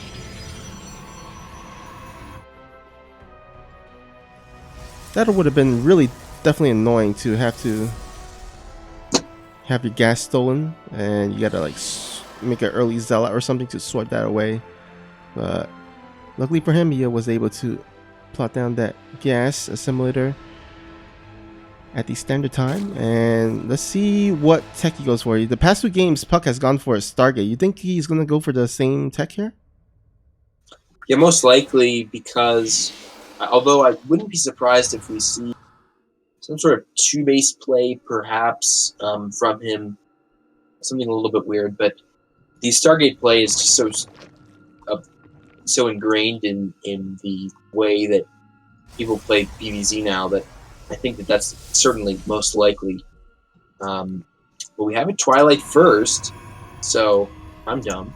And he is not going for Stargate, which, if you're going for two base, it makes sense because you get a stock route and you're able to get that gas invested right into your Twilight Council upgrades right away.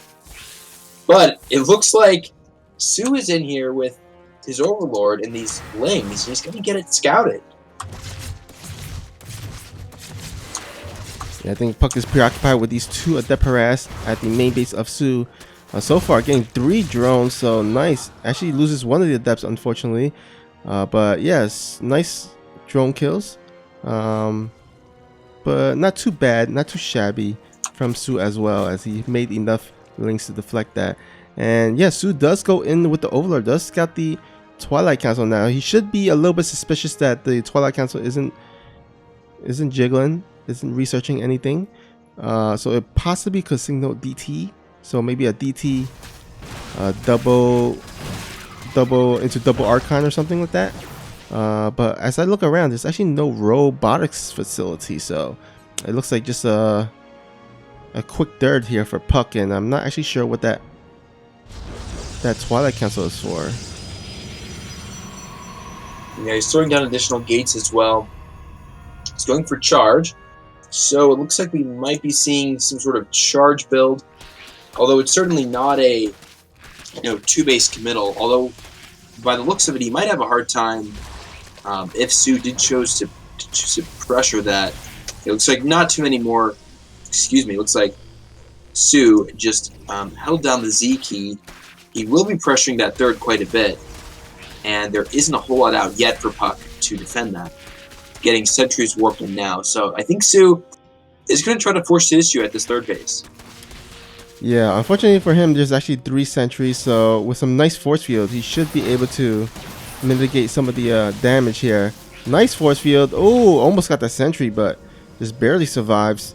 But there are a lot more lings, and there's only like 1 or 2 more force fields left for the Protoss. But it looks like Sue instead is gonna chibble away at the natural instead, which again makes these speedlings kind of useless. Yeah, and Sue's going for Nidus, looks like. Ooh. It's going to be very strong as Sue has that Overlord in the bottom of his base, and there's some black vision there as Puck does not see that, and he can definitely get in a Nidus there pretty easily, and we could see a very quick end to Puck, unfortunately. Oh man, this is yeah, this is pretty deadly, and Sue is pretty committed. He's down 10 workers, so he's gotta get as much damage as he can get done. And here we go. He's gonna get on top of the production building, on top of the Templar Archive, which is gonna be huge, as that means no Storm, no Archons. And in the same time, he's gonna actually go in with the Zergling. Luckily for him, he's actually 1 Archon at the third base. But the main question is, can he defend against these Roach and Queens and Speedlings at the main base? Oh my god, all the gateways going down. That is gonna mean less warpins for the Protoss. So he's gonna have to make sure that he keeps this army alive here, or else it's gonna be really, really scary. Yeah, he's going straight for the economy here, and he's actually backed Puck into a corner. There's 2 Immortals out now. He might be able to hold on if he had more Zealots, but the cover dies immediately, and Sue is 100% committed to this and will win this easily. Probes are being pulled, but it will not have an effect. Yep, and Sue is looking really strong here. Even got some creep tumors in the main base. So yeah, Sue, I think he's got this main base on lockdown. It might even be better if Puck just sacked his main base and just like retreat down to the natural, but he will be down the base. Although he wouldn't be too behind, as he is still, you know, he's got 38 workers compared to the 51 of Sue. I mean, Sue is pretty committed to this. But it looks like Puck really wants to save this main base, and I'm not sure that is going to be possible. It's actually interesting. Maybe if he had pulled all his probes and then just went for force fielding the ramp, sacked his main, it would be an interesting call. Of course, he would lose a lot of tech, but he would be probably still even on workers, as he's lost 25 workers, so he wouldn't be too far behind economically. Yeah, unfortunately for Puck now, he is quite down. Down 10 workers, but which is not the worst thing. I mean, Basu is getting his 4th base, while Puck is still stuck on 2 bases. And he's going to be looking to clean this up here. I think he should have just quite barely enough with those 4 Immortals, but there's actually more units coming out of that Nidus, which forces Puck to back out. Oof. That was quite close.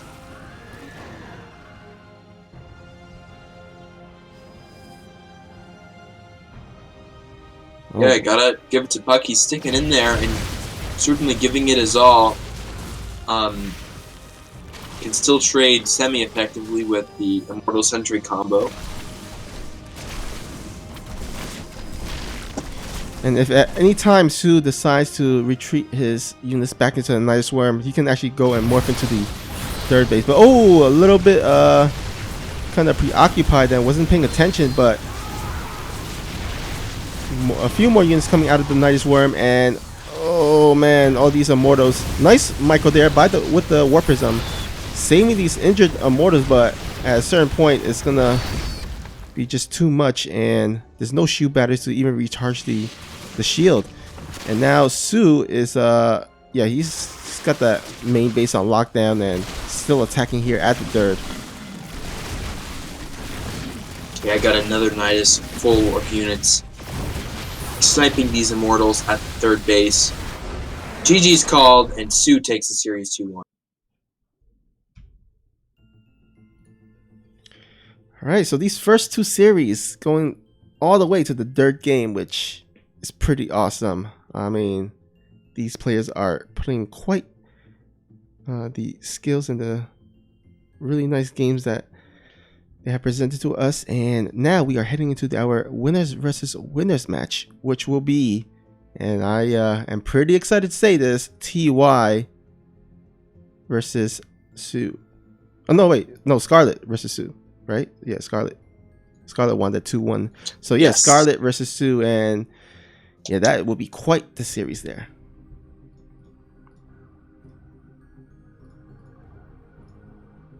Looks like Puck is requesting to play the, I guess, the losers match first. We'll see. All right, it looks like we are going to do that. So we will have Puck and TY play to have a PVT. All right. And to be fair, I guess Puck is in the, is NA, so it's kind of getting pretty late for him. So he wants to make sure he's wide awake before he, continues on. All right. Looks like I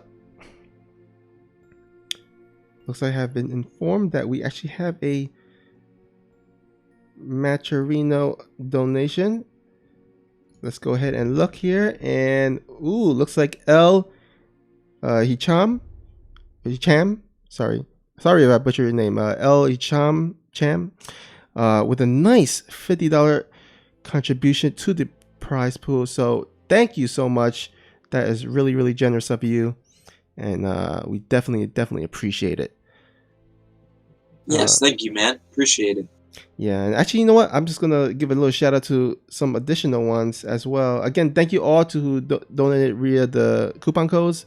But also thank you to Nemesis earlier who donated $5 to the prize pool, as well as Wardy for buying the replay pack. Guys, remember the replay pack is on sale if you guys would love to get all the replays from this whole tournament, like every single game.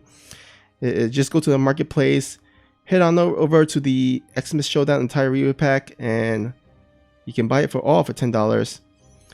And yeah, that will also help contribute to the overall prize pool.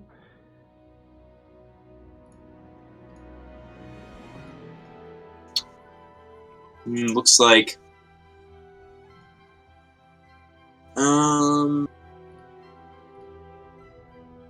it looks like TY is not here at the moment.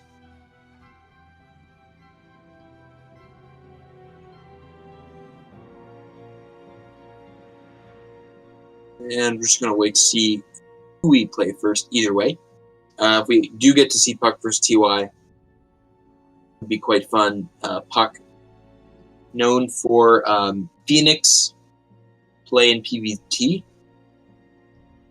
Used that quite extensively. And, of course, was cheesier PvT player. Yeah. But definitely, it is an uphill battle for him playing players like TY and Sue, because he wasn't quite on that, know if he was ever really fully pro or not, but he was sort of on that cusp of the top of the foreign scene. So there's quite a big skill difference here between Puck and TY.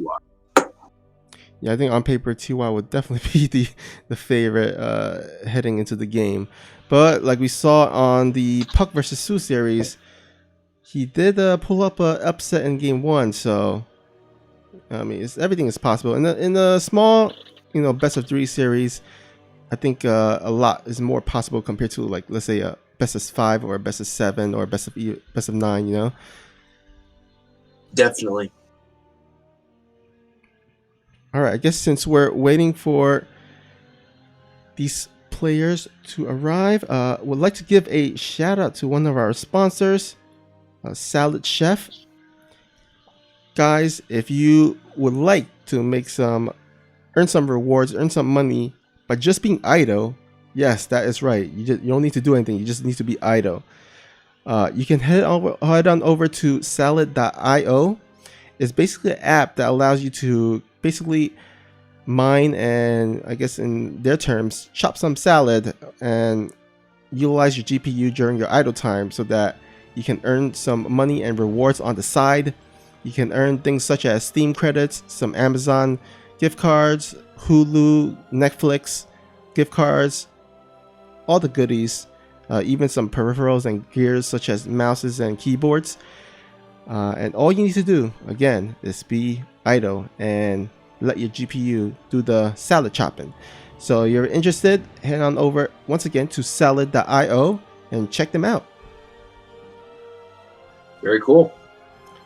Very cool. I'm not sure that my GPU would be of much interest to the salad, but I'm sure that if you have a nice GPU, that is a. I mean, think about it. Like, GPU is sitting around, 10 hours out of the day at least, doing nothing. So yeah, go earn some money for yourself. Yeah, for sure. All right. Get a Netflix subscription so you can watch The Irishman. Ah, yes. So it looks like, at long last, Puck and TY here. And they are going through vetoes. Cool.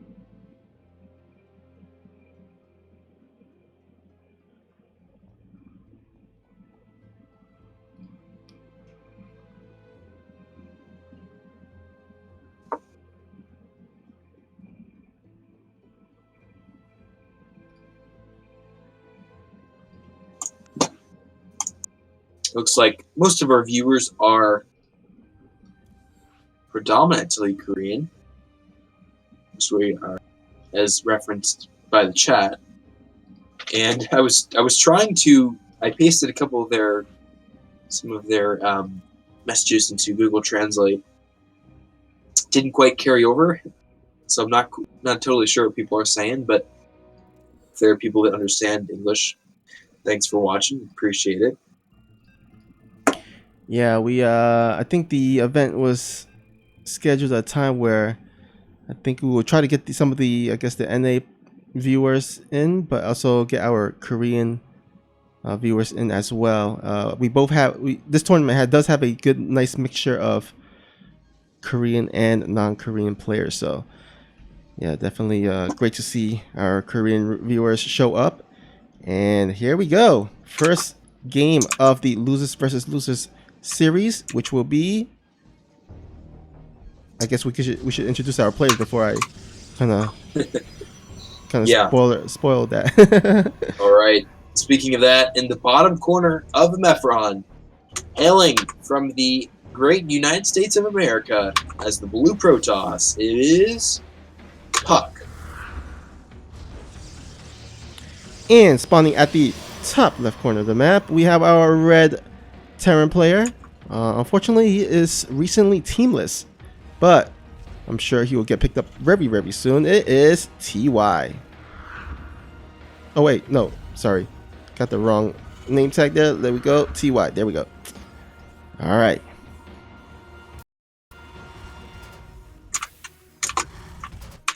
And right off the bat, we have some shenanigans happening. TY with a little proxy, and looks like Puck. Did he scout? I don't think he sent a scout. Oh no, actually, no, yeah. It does not look like it.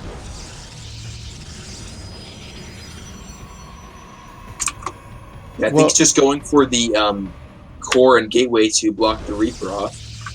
Yeah, and I think with him going for cybernetic core first before the Nexus, that will allow him to defend against this proxy Reaper, or I guess not even Reaper. It's actually a Tech Lab, so he's going straight into Marauders. Oh boy, this is with this non-scouted, this is gonna be pretty scary for Puck, especially if he doesn't throw down a shield battery quickly in the next few seconds. Yeah, going to be interesting to see how many Marauders he waits for. Probably, I guess 3 or 4. He's got some Marines he's may send across the map too. Or it looks like he's going to keep those at home actually for the moment to defend against a possible Adept Shade-In. And in fact, he might wait for the Adept Shade-In and move in with the Marauders afterwards. Oh man, I think yeah, it looks like TY is probably gonna move out soon because that concussion shell is about to. Oh my God, this Adept moves out and will not scout this. Oh no, he finishes the shade. This is horrible for Puck. Bunker's going down, and Puck might be face palming at this point. I mean, this is. Oh my God, this is a. Oh wait, actually, you know what? If he can get the surround, oh, this is gonna be close. Oh, he gets one Marauder. That's huge. There's another Marauder on the way, though. And the Marines have been pulled as well. Looks like the Bunkers is going to finish, so that at least the Natural will be sacked. The thing is, though, Immortal is on the way. It's being chronoed out now. So if Puck's able to hold for a moment, he's most likely going to be able to keep the ramp with the Immortal coming out. But I think TY is going to press up here and take advantage of the high ground while he still can before the Immortal comes out. However, the probes being pulled are a big enough for threat, and it's going to force TY back. Oh, this Immortal is going to get gunned down. He needs to micro that. Oh no. Oh man, this is these pro pulls. Oh, traps the retreat, and this is a huge pickoff for Puck. Oh man, it looked really scary for a second, but Puck with a nice pro pull will defend and saves his Natural as well. Puck with another upset here in game number 1 against TY. Wow, yeah, greatly executed defense there from Puck. You know, just basically, you know, sometimes wins just fall into your hands if you have good enough control, and that's what he did.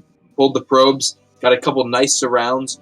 The Marauder ball never reached a critical mass, and I think TY, we get a little bit greedy at the end there, trying to pick off that Immortal, dived in a little bit too far, and got bitten because the probes got a nice surround. Yeah, and I think the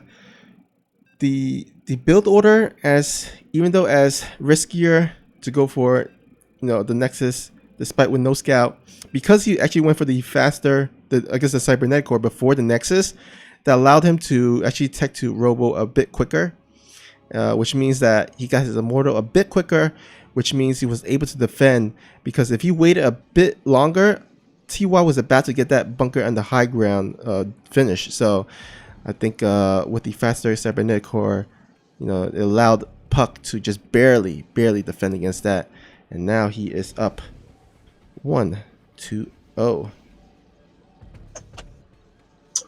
All right, bottom corner of Simulcrum is the blue Protoss, Puck. And spawning at the top left, we have our red Terran player looking to push it up, type the series, push it to the ace match. Can he do it? It is TY.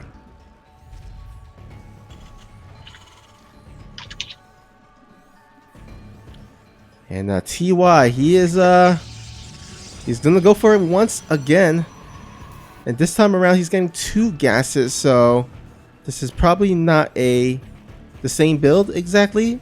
I mean, he doesn't even have the second barracks on the way, but it's probably going to be a quick tick up to maybe a factory into Starport somewhere. Probably factory at home and then Starport, maybe proxy the Starport actually, to get maybe a Banshee or something into the mineral line quicker. But we shall see.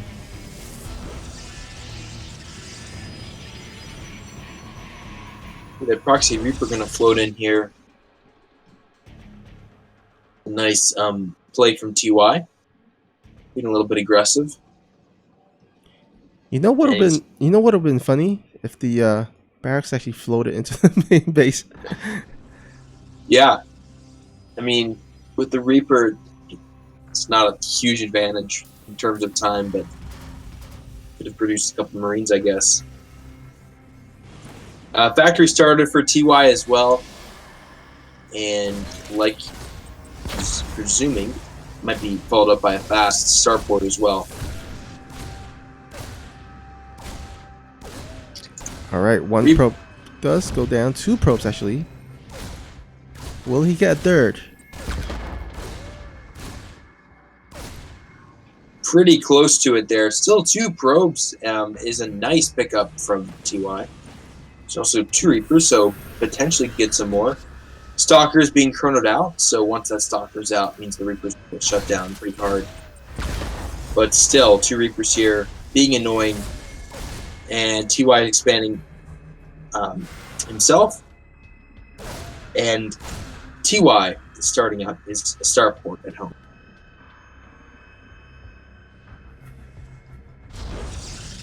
All right, so it looks like Puck is kind of anticipating some type of I don't know, or maybe it's just a safety shield battery, but we'll be starting to wall off, and that wall off is going to really help against Hellion play, which is exactly what TY is going for. He's producing reactor factory Hellions, and again, blocking off that natural will at least limit the Hellions from coming in and getting a lot of probe kills. And ooh, this adept will probably go down to these Hellions, which is a nice catch there by Puck, or by TY, excuse me.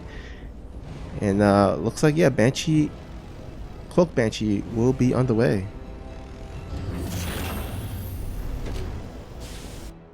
There's an RD observer about to pop for Puck, and it looks like he is continuing to produce a couple of Stalkers. Curious to see if he's going to try to do something off of 2 bases here. He's got a War Prism on the way as well. See if he's thinking about some sort of Stalker Prism play. There is no Twilight Council up just yet. Meanwhile, it looks like TY with the Hellions here getting in on this Stalker. However, the shield battery for Puck is going to give him breathing room for now. And you did notice that. Oh wow! Just barely. The first. So basically, if you did notice that first time around, Puck actually positioned a probe next to the Stalker because he knew that the Reaper was still alive. So if the Reaper threw a grenade bomb, it would like push back the Stalker, which will allow a pathway for the Hellions to go in. So he actually made sure to have a probe behind to make a pylon in case that the Stalker gets bombarded with the Reaper grenade. And then the second time around, he actually had the warp in, so he was able to warp in just in time to block off the Reaper. But look at this, the Banshee does come in, and he needs to recall the Observer, and which he does. But this Banshee will get a good decent amount of probes before leaving out. Yeah, he's going to fly out of there before his mana expires. Observer coming back to shut that down. A little too late. But meanwhile, it looks like Puck's in the main here, and he's doing this drop with these. Oh my goodness, he just lost. Oh no, Puck just lost his War Prism with 4 Stalkers in it. Kind of an odd push. 4 non-blink Stalkers just in the main, not doing a whole lot. That's huge to lose a War Prism like. Yeah, that is really tough, especially since TY is looking to put some pressure on. He's got the tank with the army as well as the Banshee that's still alive. And oh man, this is this Dirt. I don't see this Dirt being up any for any longer because that pushes. Although actually, if he pushes it to the natural, because he doesn't actually see the Dirt, but I'm not sure how he can actually survive this push. Bunker's going down for good measure. 3 Banshees. God damn. Yeah, TY flexing a little bit. He's got this game under control pretty much now. The Disruptors are here. Those could land some nice shots. But the 3 Banshees in commanding position as well, backed up by the siege tanks. And Puck just getting out macroed in this game. Pretty hard. Oh man, 1 disruptor shots will get a tank but not nearly kill it, as it does take 2 disruptor shots to kill the tank. But the Yeah, it's looking quite scary for Puck as the bunkers are up. There's now 4 Banshees instead of 3. More shield batteries going on the back, but this natural's gonna go down. Yeah, the third was not discovered. There are no probes they're mining, however. Actually, looks like TY just scanned, so he's going to go up there and shut that down. Puck looks like he might be preparing a desperation attack with his probes and all of his disruptors. Disruptors, of course, can land some miracle shots, but at this point, the economy of Puck is just so ravaged it won't even matter. Okay, it looks like Puck, interestingly, recalled all of his army up to the third Nexus to try to take a fight there. I don't know. Who knows? Maybe he had a better possibility to take a fight. But either way, it's not going to matter. The army is just too small, and there's too much Terran. TY evening up the series. All right, well done there by TY. And yeah, just really unfortunate losing that War Prism and Stalkers, the 4 Stalkers actually in the War Prism. I mean, that's quite tough. I mean, that's like, I think that should be like 775 minerals are there, right there. Oh no, wait. Yeah, and the War Prism, the utility of the War Prism can't be, underestimated too.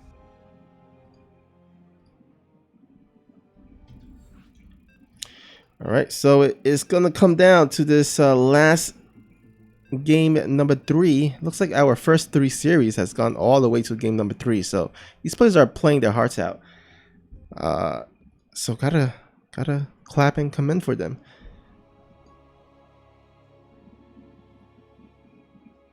Yes, and I'll choose our players real quick before we get into it too much. But bottom corner, hailing from the northern United States, it is the Blue Protoss, Puck. And spawning at the top right, we have our red Terran player looking to close out the series and get the win. It is TY.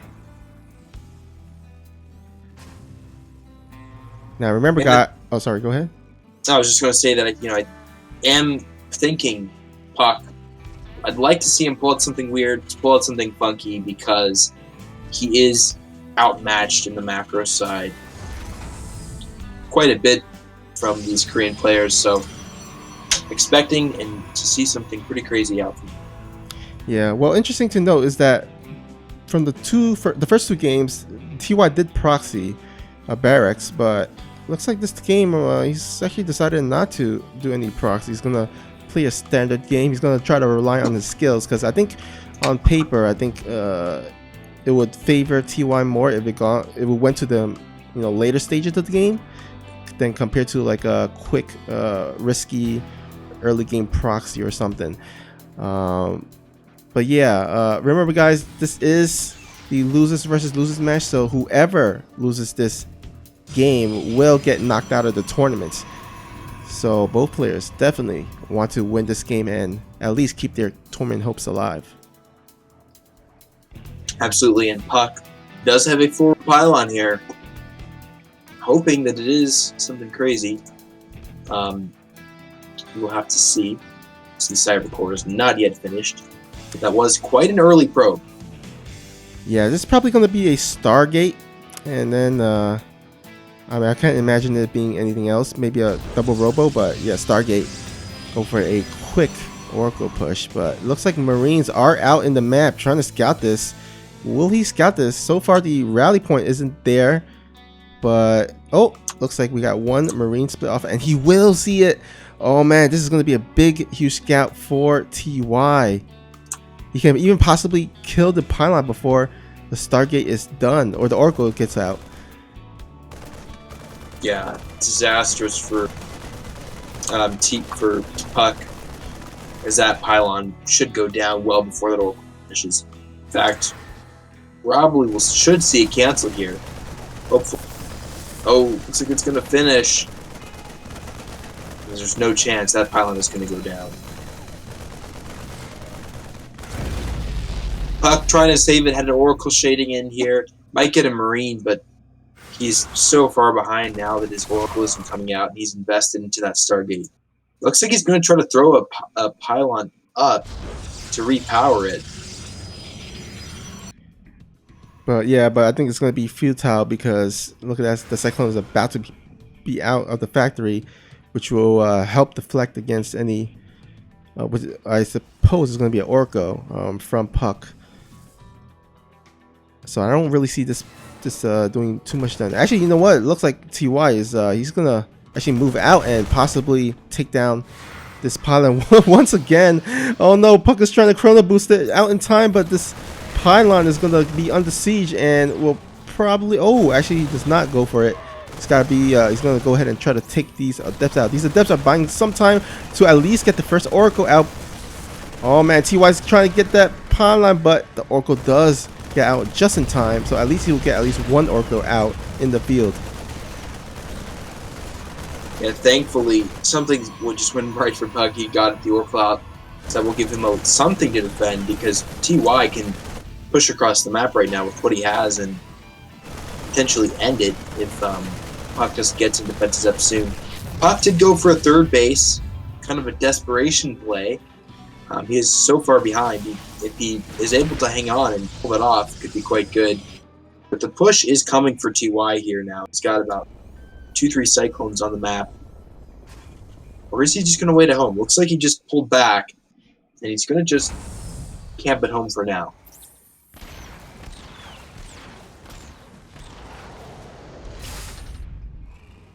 All right, so both of these players will be establishing their bases. For Puck, it will be the third base, while TY is going to be establishing a second base. And looks like Charge will be on cue for Puck, so he's probably going to go for that. I guess that mass gateway type of composition here.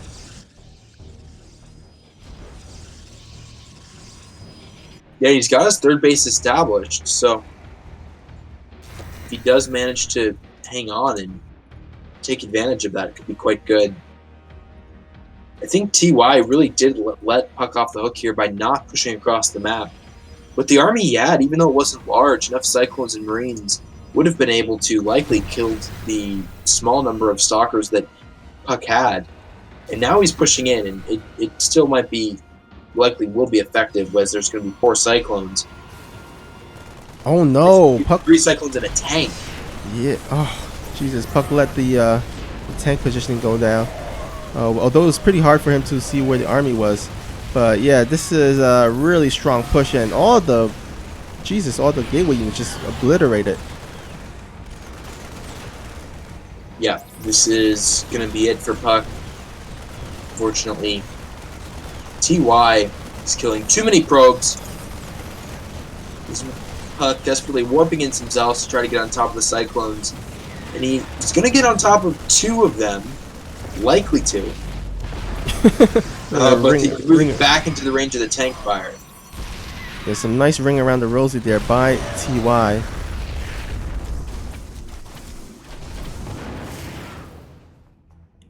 Alright, looks like, I mean, could have been worse, I guess, but looks like Puck was able to at least defend against it. And he does have 3 Nexuses to at least kind of push those remake those probes, but it looks like TY, he's not even going for a third base. He's added the 4th and 5th base, so he is definitely going for a big 2 base timing, and we'll probably sync that up with possibly Stim or his probably sync that up with his Stim and make a big push. And Puck needs to realize this really soon. Oh no, he's actually going for a 4th Nexus. He's getting really greedy.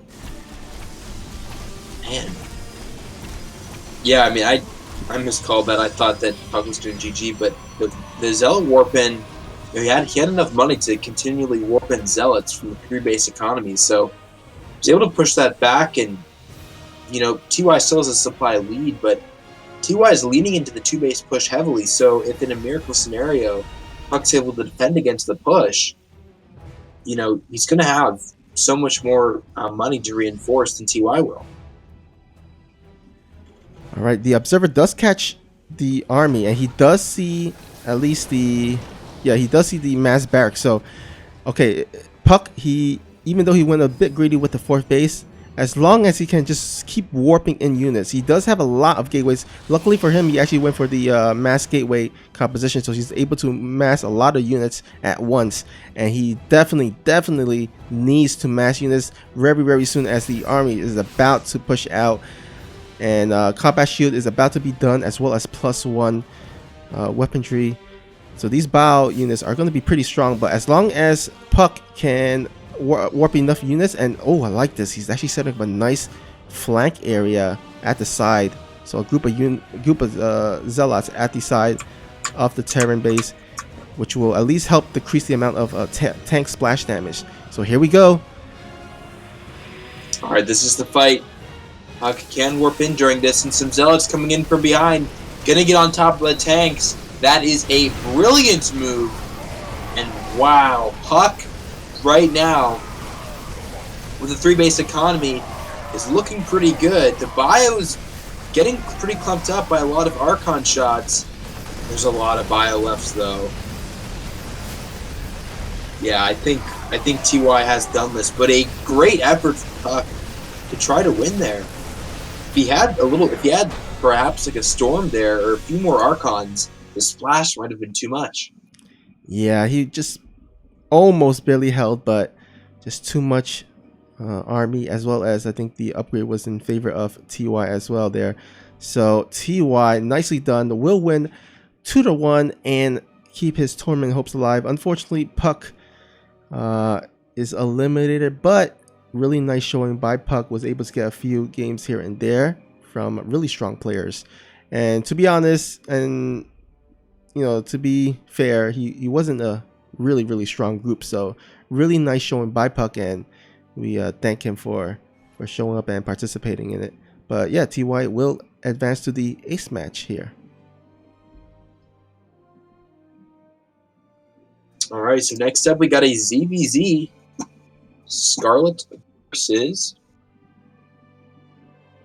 Sue. Sue, great. Yeah, and that is going to be a sick series. I cannot wait for it. These players are really good in ZVZ, and yeah, I think these are I guess basically fan favorites. They're very entertaining to watch, as well as they're just really skillful in terms of StarCraft players, and very accomplished as well in their individual careers. Yeah, Scarlett, ZVZ's been at a very high level recently. So has Sue's. And I gotta say, I've been enjoying the sort of current meta of ZVZ. I think it's been pretty fun to watch. Definitely entertaining. I think can make a case that the current ZVZ has been. Well, yeah, of course, everyone has different opinions about it, but I've enjoyed some of the most recent ZVZs I've watched more so than have in the past. Yeah, for sure. I think this year, I think because of like games like such as Sue and Scarlett. No, not Sue. Sorry, Sue and Cero, where Cero earlier in the year was, or Sue earlier in the year was able to take the series off of Cero, and then also recently the kind of the rivalry between Cero and Raynor. Because they've been they're pretty much one of the basically the two best foreigners out there, and of course trading series wins recently. Of course, recently Raynor was able to eliminate Cero in the semifinals of WCS Global Finals, and then Cero was able to kind of get revenge in Home Story Cup. So a little back and forth in terms of ZVZ, like strong ZVZ players, such as Sarah and Raynor, and of course Sue in there. And then yeah, Scarlett of course is has always been a really strong ZVZ player as well.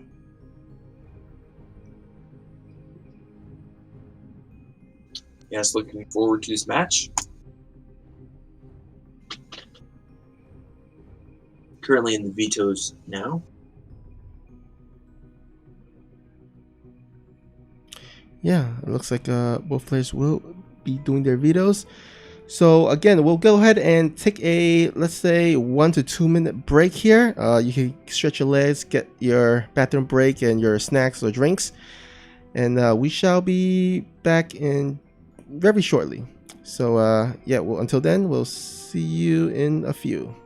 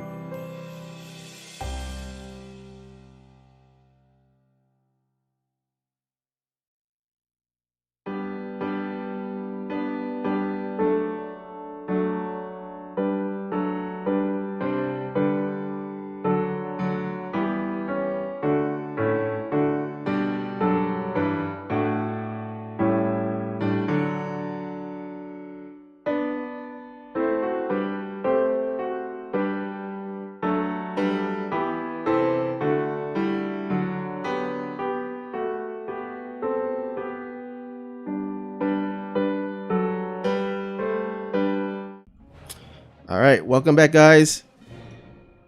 We are about to get started in this next series, the winners match, and it will looks like we'll be on Simulacrum.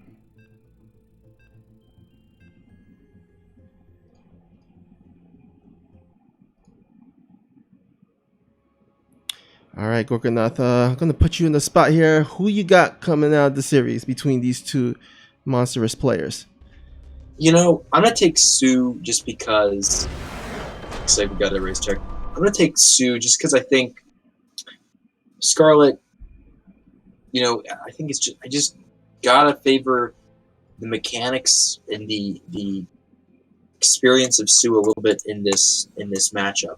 I don't know. Both players extremely experienced, very mechanically talented, but I still feel like Sue's got a bit of an edge here. Yeah, I have to agree with you. I think on paper, Sue is definitely the stronger player. Despite having a kind of a weird year where he hasn't really won or finished in the top. Besides IEM, he hasn't really had like a astounding year. He was able to manage at least to gain 6,200 WCS points and advance to the or participate in the WCS Global Finals, but haven't had like any memorable or outstanding of a year. And then Scarlett, I think she's also kind of dropped off just a bit. So I mean, I'm hoping to see Scarlett at least bounce back in the year of 2020, or at least both of these players bounce back a bit in 2020, the year of 2020, and have a better year. Absolutely. All right, bottom corner of Simulacrum, representing the winner of the match versus TY.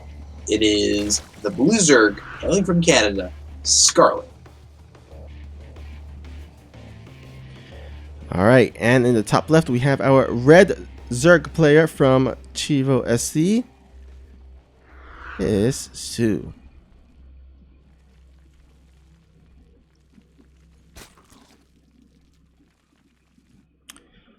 All right.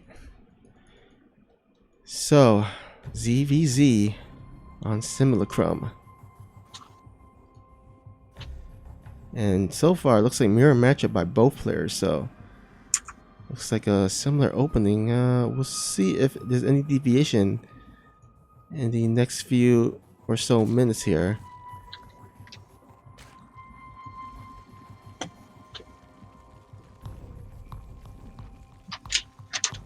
Yeah, and both players, of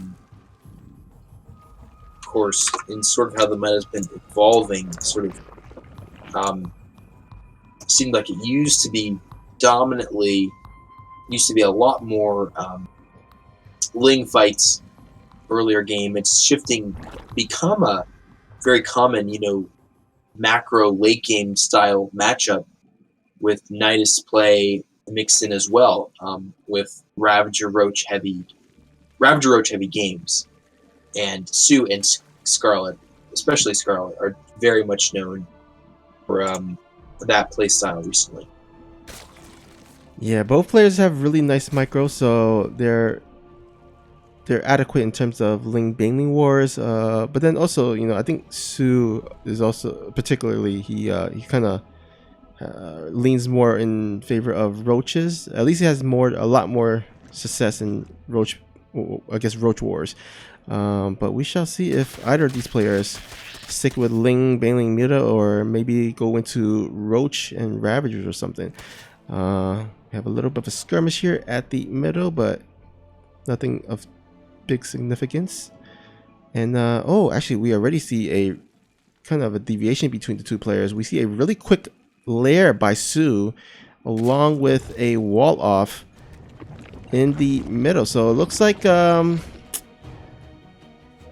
also Scarlett actually went for a quick dirt. So all right, so Sue is going to favor in terms of tech and Scarlett in favor of economy.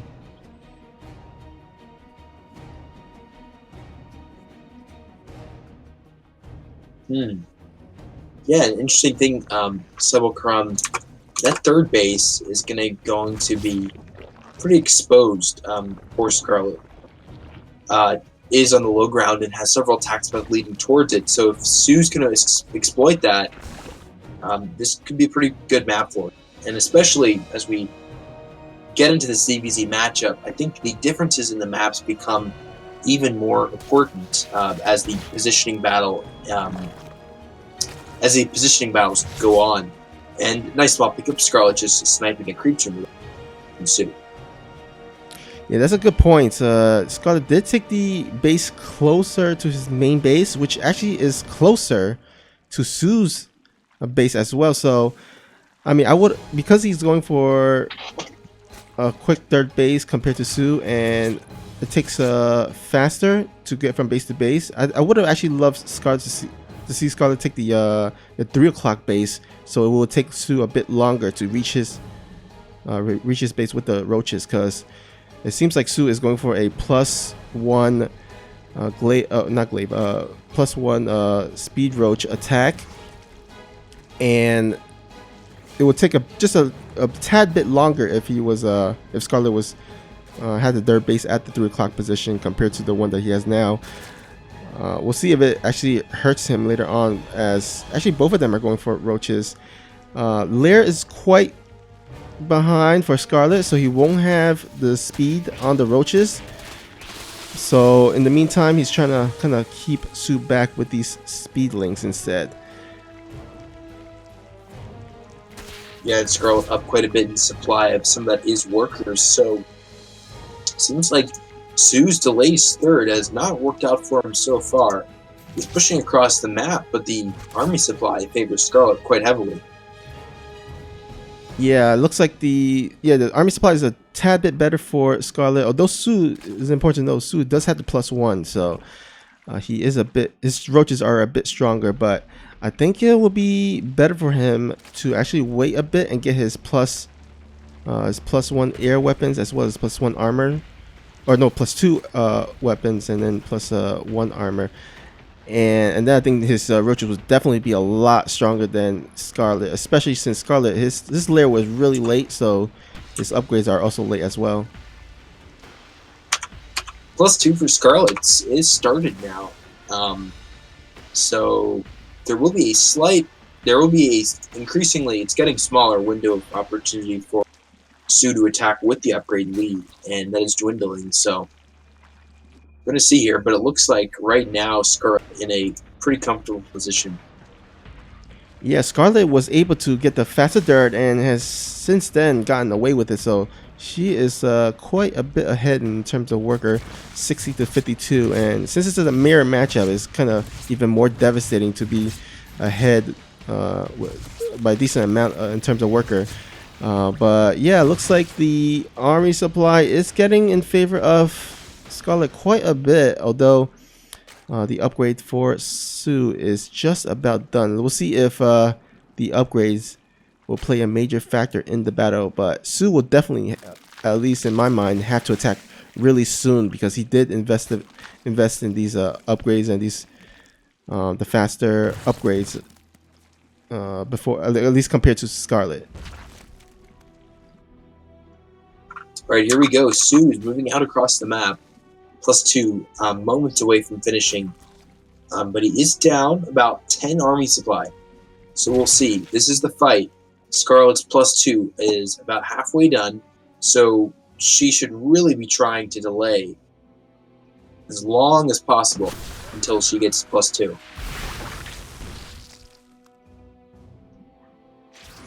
All right, here we go. Scarlett actually moving forward. That's a little bit surprising here. But splitting up the army of Sue, this is really nice for her. Yeah, this is a quite awkward positioning for Sue, and this is going to buy Scarlet some time to at least get the +2 weapons attack. And oh man, Sue will definitely have to at least make use of the upgrade lead in the meantime. And here we go. Looks like reinforcement coming out for Sue, and it's quite looking a bit even, but it looks like the upgrades are kind of favoring Sue or helping Sue in the short moments here. And oh boy, yeah, the upgrade is doing favors, and only now is the +2 about to finish for Scarlet. So it looks like the quality has prevailed over quantity. Yeah, and also important note, Sue landed a lot of really nice piles in that engagement as well. Great micro from him, and the dodging not so great from Scarlett in that fight. So well played, Sue.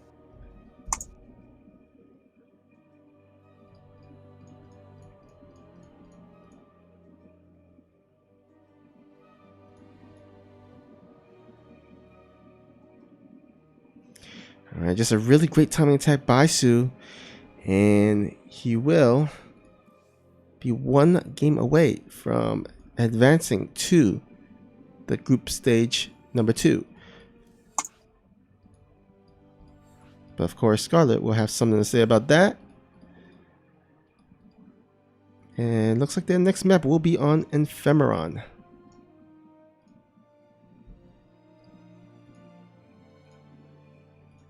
Yeah, watching back the broadcast, the concave of Sue was extremely nice. Scarlett's last few reinforcements kind of trickled through right into the concave. That did not work out so well for him. So great play. Yeah, I was gonna actually say earlier that Sue should have probably went for the third base like off the bat instead of trying to circumvent and go to that weird little choke area. He almost kind of gave Scarlet the advantage there by taking that awkward engagement, but luckily Sue was able to kind of go back around to the third base before Scarlet's upgrade was done. So yeah.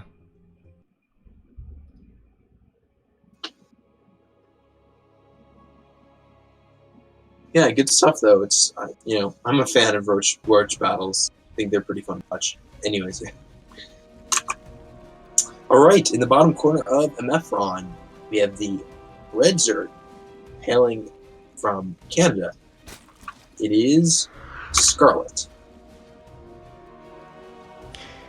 And spawning at the top left, we have from Team Shivo SC. It is the Blue Zerg, who's one game away from advancing to the next round. It is Sue.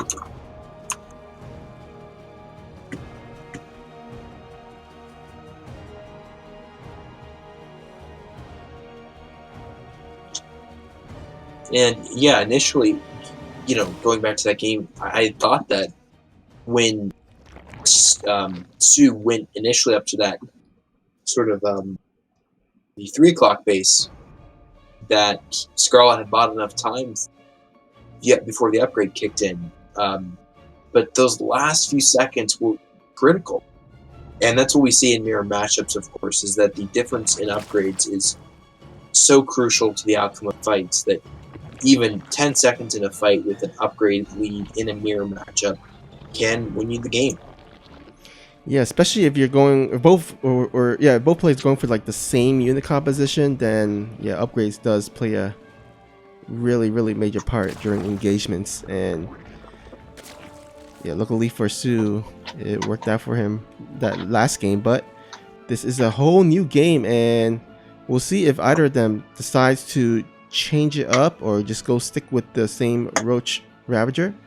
I mean, the build for Sue did work out in the last game, so I wouldn't be surprised if he'd gone for the same build. But I think with this, with a different map and all, and the layout, it could be a different type of game. So I guess we shall see.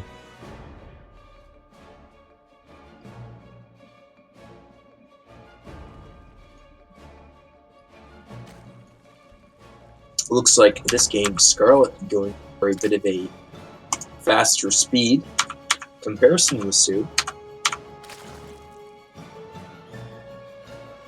Yeah, it looks like Sue is actually banking that gas for something. Either a faster lair, or if he's he's looking like he might actually go for the same Roach build off the bat. I mean, well, it didn't work. It worked out really nicely for him, so I guess I mean, he shouldn't really change too much.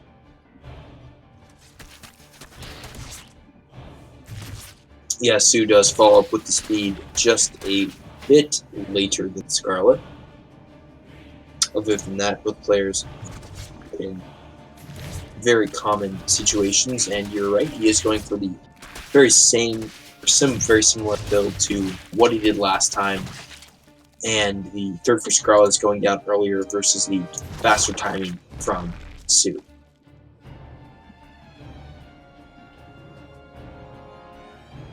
All right, this is a little bit of a risky move here by Sue, moving the queen out so far to get that overlord.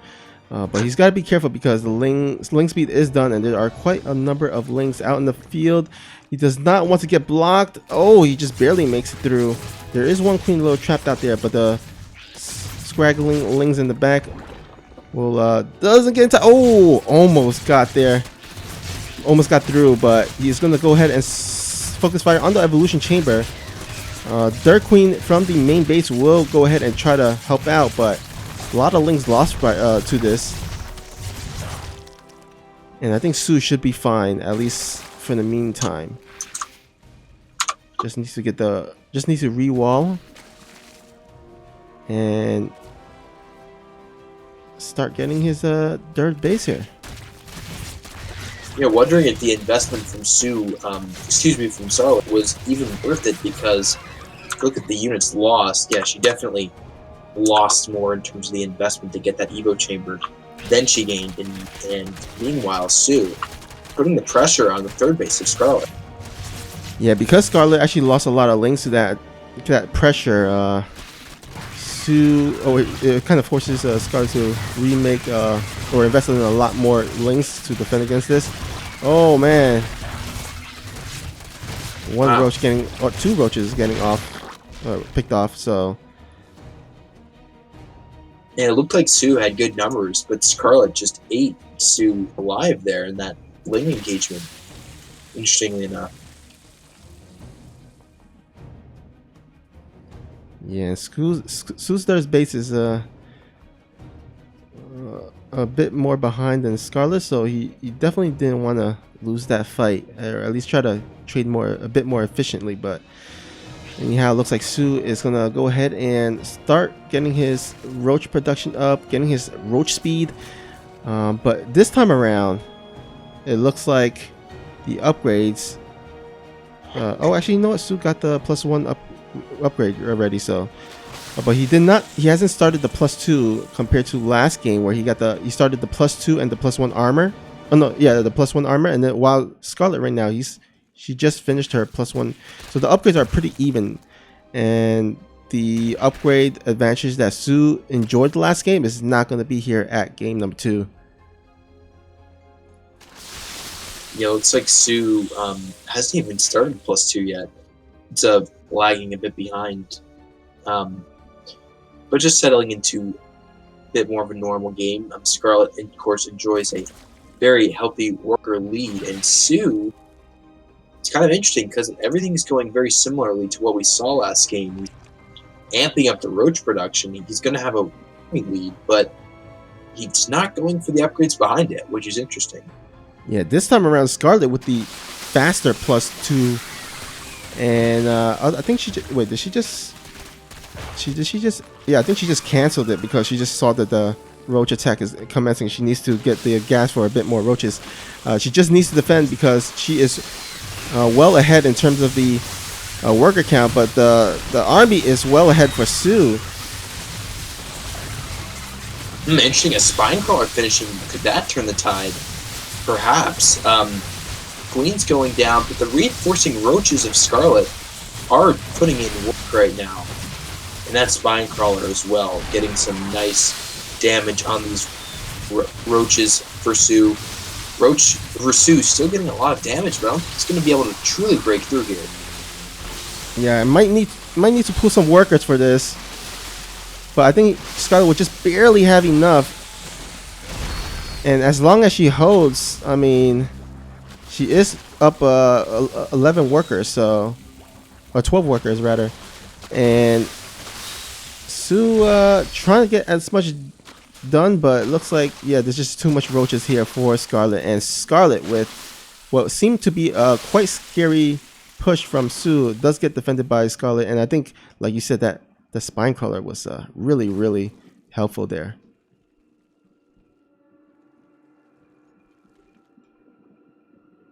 Yeah, Sue might, because I mean, yeah, he did not start +2 at all.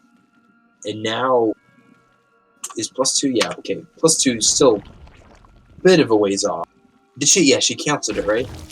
Well, Scarlett was starting +2, but then saw the attack. I think she canceled it, and now she's restarting back +2 air or ground attack, and then but Sue, he's still not making, or still not researching the +2, so it will be Scarlett with the upgrade lead and with the worker lead. And yeah, this time around, Scarlett in a much better position. He's just fully pumping out roaches right now, which is interesting because oftentimes, you know, you're committing to pure, really heavy roach or something like that. The difficulty becomes that there's a pretty strong defender's advantage in the roach fight because you have queens transfuse, you have reinforcements that come quicker, you have spine crawlers like we saw last time. So even if you do have a lead here, and if it's slight, it's often negated by the implicit defender's advantage in these roach fights.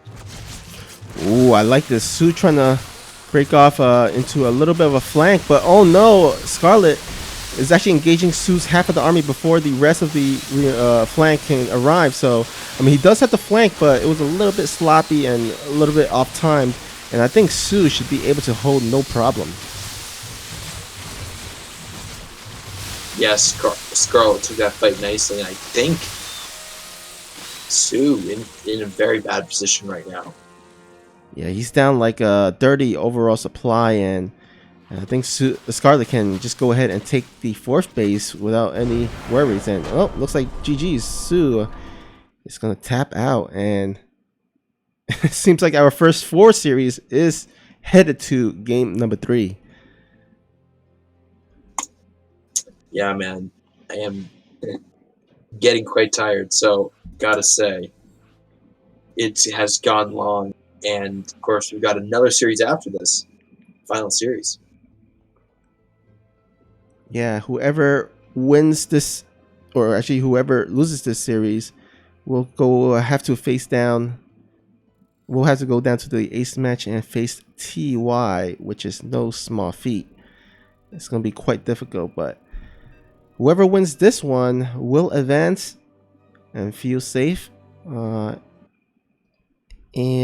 let's see who wants to advance to the next stage more. Alrighty, guys. Here we go. Okay, in the top corner of Nightshade, it is the Red Zerg from Korea. It is Sue. And spawning at the bottom right, it is the Blue Zerg from Team Newbie. It is Scarlett.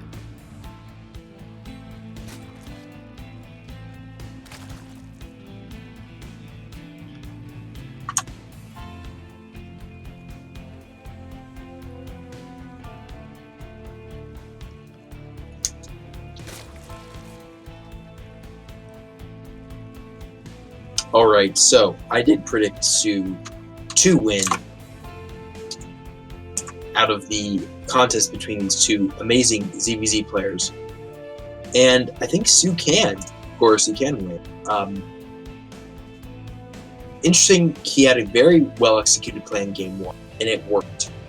Game 2, he seemed to... Well, he went all in on the roaches. But it wasn't a specific upgrade timing. It was an earlier timing where he just tried to outmuscle Scarlett. And it got very close to her. But Scarlett had a good defense, and it couldn't quite pass the breaking point. And that's the thing, is that I feel with better and better Zergs, is they get so good at defending things that it becomes very hard to pull off certain timings. And if you are going to go into a ZVZ with a specific timing, you have to be very specific and very crisp. So, yeah, I mean, I'm interested to see. We've basically only seen really one type of game from these players. It was just iterated 2 different ways. So, interested to see if we have any different strategies coming out from Sue in this game. Yeah, and I think the difference in game number 2 compared to game number 1 is that Scarlett actually put some pressure on Sue with the speedlings, and that kind of forced Sue to invest some of his resources into making a lot of links to defend, and then he tried to counterattack, which didn't really do much. And so he didn't have enough resources to immediately start the +2 weapons as well as the +1 armor, and that kind of disintegrated his upgrade advantage. And Scarlett was able to catch back up on the upgrade and then also pass him in terms of the upgrades, as she got the +2 quicker. And Scarlett did go for the faster dirge, so her economy was pretty set compared to Sue's. This time around, Sue is actually going for a very similar build again to game number 1 with a fast layer, and we'll probably go for the same roach. Kind of the roach double, the +2 +1 upgrade, and go for a timing attack. And it worked for him in game 1, so I wouldn't be surprised to see it work in game number 2 or game number 3. Scarlett is putting on the gas. She produced about 20 lings right here, and there are 3 queens to deal with this. I think Scarlett might regret pumping that much into lings. It looks like she's gonna. Because you look at the Roach Warren, that's huge. Yeah, I thought that was an Evo. That it is of some value. Yeah, this is not looking to be a cost-efficient trade here for Scarlett, and Sue with a really nice defense. And I mean, this map just lends itself to a better defensive posture because the Naturals ramp is actually a lot smaller compared to like other maps. And even though even though Scarlett got some evolution chambers, I mean, Sue is still holding pretty strong. A lot of lings for Sue getting trapped outside, though.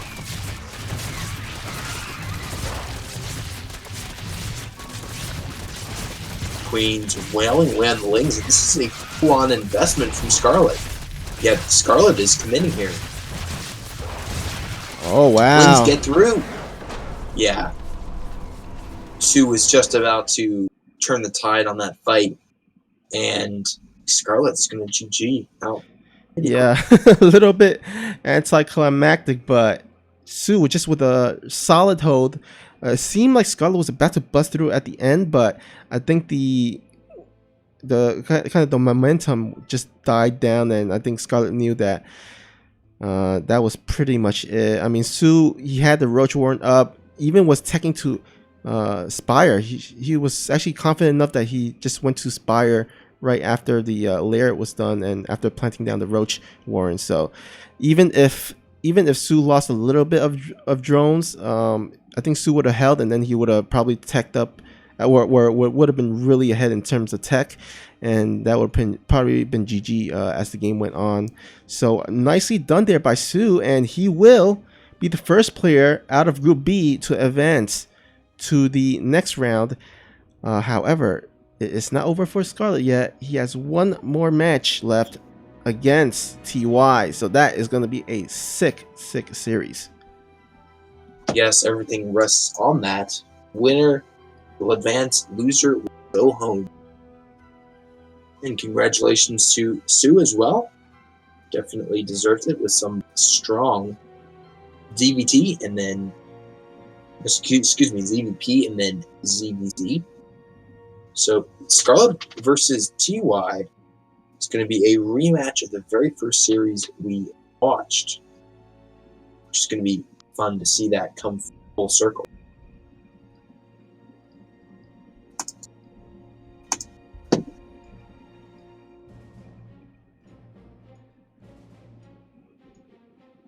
All right, what's your predictions for Scarlett TY, Snoopy?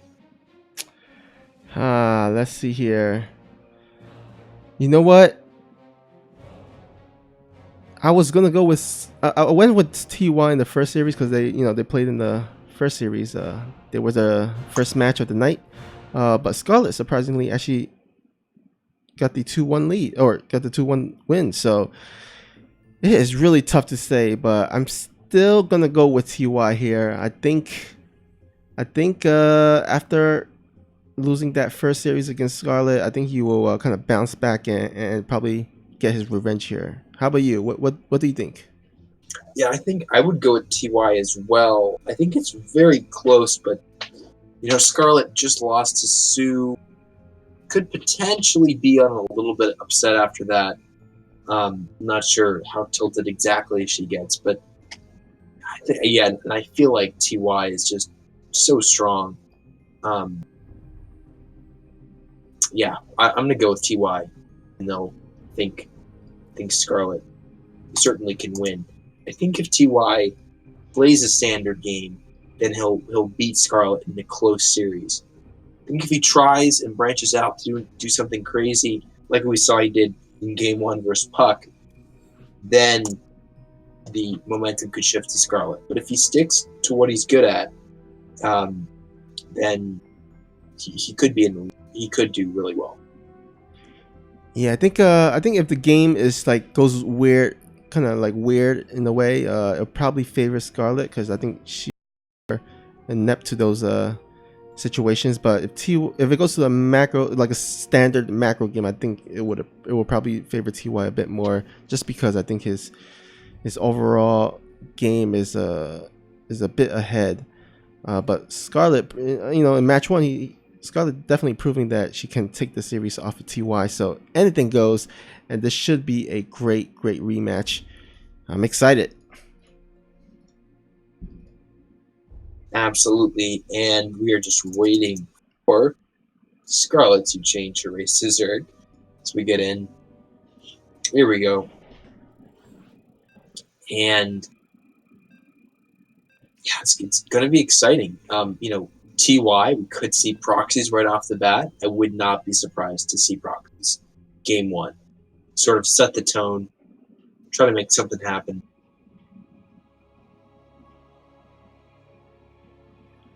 And he did it on this map before, so wouldn't be surprised. All right, in the top corner of Eternal Empire, in the ace match of Xmas Showdown Group B, it is the Blueser Scarlett. All right, and in the bottom left corner of the map, we have our red Terran player. Unfortunately, currently teamless, but I expect that to change pretty soon. It is TY.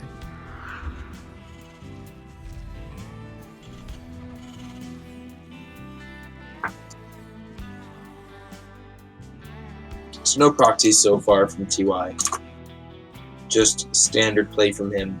And, you know, I really would like to see him, if he's going to pull out mech, I really would like to see it on this map, to be honest. Yeah, I think this map is actually really good for mech. There's a lot of great positioning that you can kind of siege your tanks in. And I think we saw that during one of the games in the TY against Puck in the losers versus losers match. He kind of sieged his tank behind the rock area and was able to kind of abuse that positioning. In the end, the Chartot did clean up, but I think it kind of gave the tank a few more pot shots.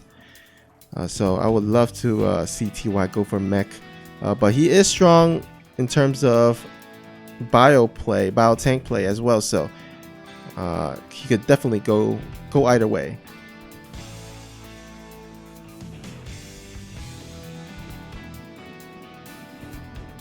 Yep, and his bio control is top notch as well. So we've seen that one game, but he actually came back and won the game on this map where he initially did proxies. Then Scarlett went briefly for mutas, but it got scouted right away, so things didn't go well for him. So, yeah, the last game on this map, Eternal Empire, it's a bit frustrating for Scarlett. And curious to see what we have going for us. Looks like TY is going to start the Hellion Pressure, got the Stargate coming on. Will we see a Fusion Core or Banshees? That's a good point. I think we shall see real soon as the Starport does add the Tech Lab, whether he starts the Fusion Core. But in the early game, in the meantime, he will probably try to get some harassment with these Hellions and try to see if he can get any damage done. And oh, looks like this Overlord will be swiped down here.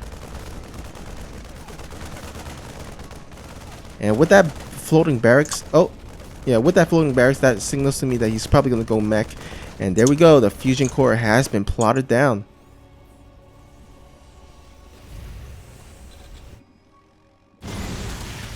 Alright, interestingly, and yeah, it does look like mech is quite cool to see. Scarlett expanding to her quick third as always.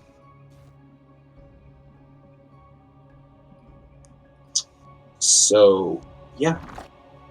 Now remember, in the first game of tonight, TY went for the Fusion BC play, the Fusion Core BC play against Scarlett, and because Scarlett went for the counter roach attack during that time, it just did too much damage for to TY for him to recover. So I think this time around, with him going for the same BC opening, he's gonna make sure, whether it's by getting those watchtowers to see if there's any incoming roach attack, he's got to just basically see if there's any big, strong, aggressive counterattack, so that kind of signals him whether he needs to keep the BC at home or whether he's safe to teleport across the map and get the harassment done. And so far, no roach warren for Scarlett, so this should, at least in theory, compared to game number 1 of tonight, in theory should be able to work out a lot better for TY this time around. Aliens are now out of the map. TY, one of the main priorities for him, if he does play a mech style, a slower style, he's got to be reducing the creep spread. So we'd like to see some more scans there in the middle of the map to prevent creep tumors from really getting too far. All right, the BC does teleport between the main and the third, but sport colors are done already, so Scarlett timing these sport colors really nicely, and there are plenty of queens. In fact, there are, let's see how many queens there are. There are 9 queens out in the field, so plenty enough to deflect this BC. But oh, looks like Hellion does go for a surprise attack into the third. We'll head into the natural, and let's see how many drones. Oh my god, 16 drones going down, and that BC is still alive in the main. Man, those Hellions were extremely cost effective. 17 drones going down total. And the BC gonna snipe a queen here as well, and a couple more drones. Nicely done, TY. Yeah, I think Scarlett was so focused on the BC that he kept his eye out and forgot about the Hellions, and really nice multi-prong attack by TY. And I think the teleport is about, the cooldown is about to go down, or finish, so he should be able to save that BC. And yeah, now is TY in the driver's seat, although Scarlett is not doing too far behind, as he still has a worker advantage, as she probably kind of droned up a lot in the beginning and was able to, at least, even though suffer a lot of drone kills, was able to bounce back. But I still say it was a good trade there for TY. Absolutely. And we have Scarlett going for Infestation Pit and Spire, so it'll be interesting to see if that is for some units right now, or if it's just for the late game with Brutes. We will see. We do have upgrades coming in now, so, and Corruptors being built straight away. So it looks like it's going to be some pretty fast Broodlords, or at least some Corruptors to potentially deal with air. Certainly Broodlords later on. Yeah, and already I could see a difference between this game and the first game of the night, where at this point, at this stage, Scarlett, her creep spread, it was like across the map, like halfway across the map already. Now it's like it's getting pushed back by TY, and TY still getting some harassment done with these BCs, but he needs to retreat as these Corruptors are popping out for Scarlett, so does not want to lose those BCs to these Corruptors. Yeah, I think I said fast Broodlords earlier, but most likely, of course, those Corruptors are going to push the DCs back for now. Perhaps later. Scarlett getting a lot of upgrades. Looks like we got a pause here from TY. But yeah, Infestor upgrades coming in here as well. Scarlett is getting the full range of upgrades in. Yeah, we did see that the first time around, Scarlett went for Infestors as well, and was able to make use of it by fungal growthing the BC so that they couldn't teleport. And also fungal growthing the Hellion and Cyclones, because Cyclones and Hellion combo are just really good at kiting, and you definitely need something to stop them in their tracks or slow them down so that your roaches and your lings can get on top of them. And Scarlett just going ham on all the upgrades, getting pathogen glands, and getting the air weapons attack, getting the ground +2, as well as the melee +1, the +1 melee. Just getting all the upgrades so that she can head into this mid to late game with a good amount of upgrades and spells to defend against whatever TY goes for. And actually, TY is continuing to produce BCs. He's up to 3 right now. And, getting his tank army set up. He's got his 5th base excuse me, 4th base coming in now, and should be able to easily expand to 5th bases. Yeah, he's got that going down already. So the mech machine is starting to rev up for TY, and would like to see him continuing to try to get map presence with by being a little bit more active and killing some creep. I think, yep, TY is coming in to do that now. Yeah, so the one thing about mech is that it is a really passive kind of game for the Terran player, so Scarlett is feeling safe to go for all the bases, all the upgrades, knowing that TY will probably not attack anytime soon, or at least get a big push. Maybe some harass here and there, but not any big push. So right now Scarlett just getting everything set up, getting all the creep tumor planted down so that she can engage properly during the fight. And both players just macroing up and getting their economy set and army composition set up.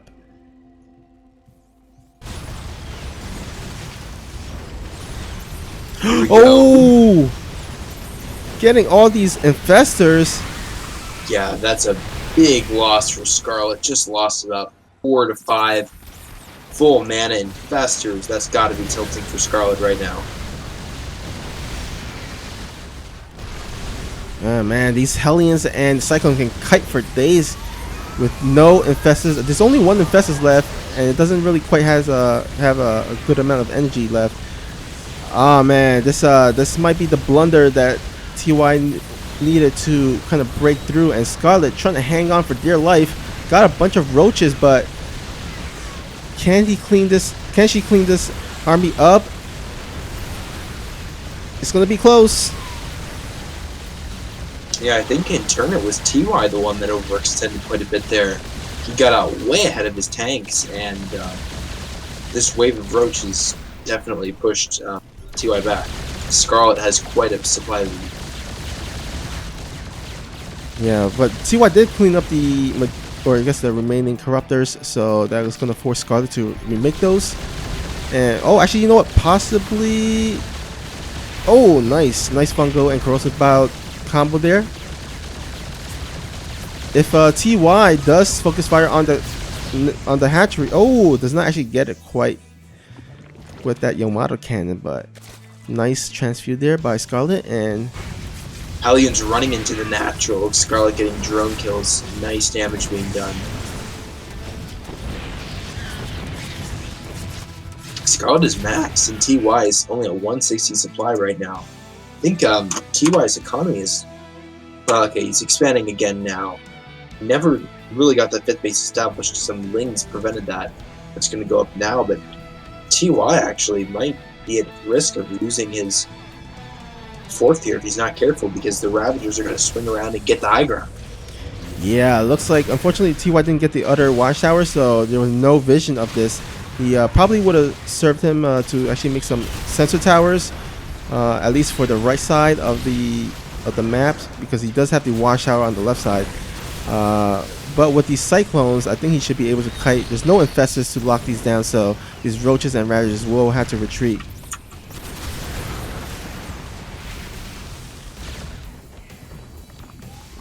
Oh, in the meantime, these BCs are gonna go and focus fire on the hatchery. Does get it. That's a nice little pickup there, but Scarlett is already pretty healthy in terms of base count. So it's not too big of a deal there, losing one hatchery. Yeah, not extremely significant, but certainly good for TY to get that in, and using only an energy attack, not using any units to do that. And both players are maxed, or pretty close to being maxed right now, so got the next big engagement brewing as TY moves up to try to get a good position on Scarlett's Creek. Alright, looks like Scarlett does catch the army on siege here. Oh, a nice narrow parasite on one of the BCs, and there are, I think, are there barely enough? Yeah, I think there's barely just enough corruptors to maybe clean this out. No, actually, you know what? This reinforcing BC, and oh, that BC does get sniped down. Nice focus fire there by Scarlett. catching that one really low health life BC, and yeah, looks like Scarlett. I mean, you remember she can actually trade a bit because she was maxed and was banking a little. So, but now with the reinforcing corruptors, TY will have to teleport back his BCs, and I don't think he's actually gonna establish his base here. We'll have to cancel it. Yeah, things are looking a bit better for Scarlett right now, as her base count is slightly better, although the drone count not so much. TY is superior in terms of crews by quite a bit, actually.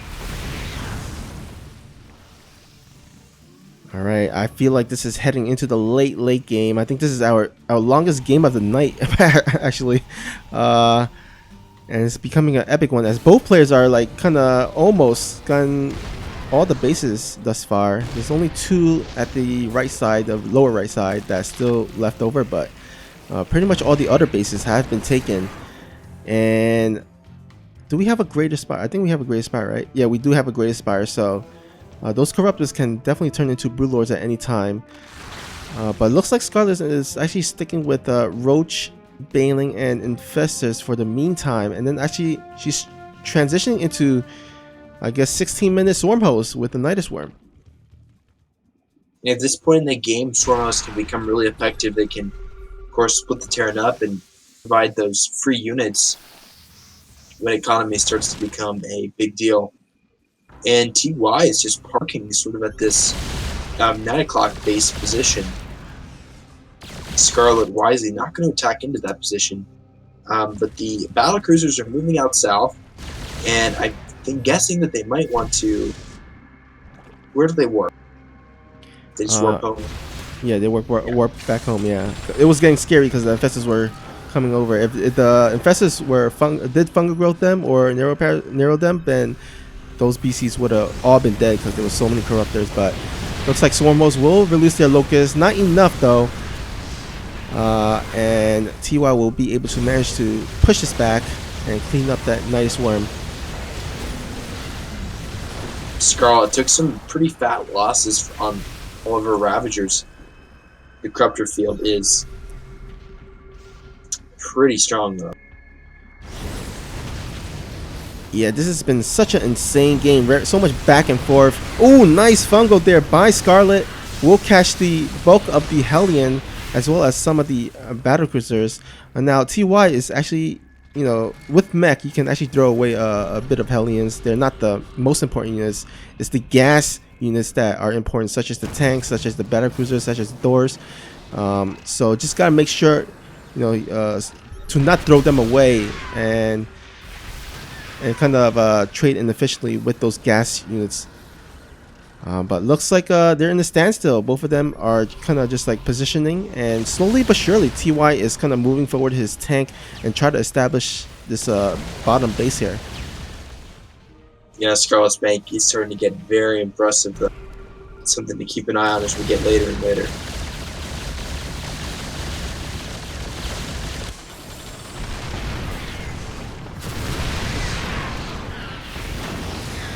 Oh, nice corrosive bow, taking 2 tanks for the shot of 1.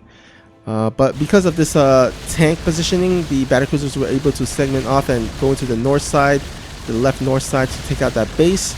So nice pick off there. But yeah, it looks like the mech army is moving forward a little by little. And oh, nice narrow on that Raven. We'll take that out. But a lot of doors here, and how many swarm hosts does he have? 11 swarm hosts. I think that should be, that's a decent amount, I guess. But oh boy, this mech army is really strong. We'll actually take out a base for free. Yes, the second base those battlecruisers have gunned down. Actually, things are not looking too great for Scarlett. She still has a massive bank though.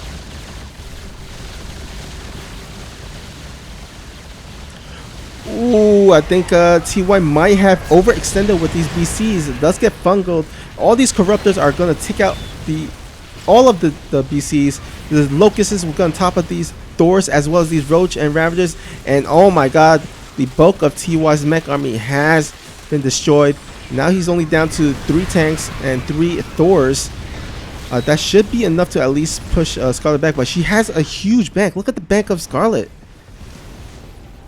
Yeah, still 5k of each. That's massive in this game right now, as she really didn't take much of a dent in resupplying her, which TY sacrificed almost all of his battle cruisers and a lot of his Thors. And now both players are just trying to establish their bases. At this late game, you definitely want to get as much bases as you can. Get all the resources before they're mined out. And yeah, I think TY, he's content with just establishing his base at the north left side. But a lot of the locusts are going to go ahead and try to take out this planetary. There's not a lot here. The majority of the gases, the mineral lines, has been mined out, as well as the Vespene geyser. So not too big of a deal, not too significant to lose this.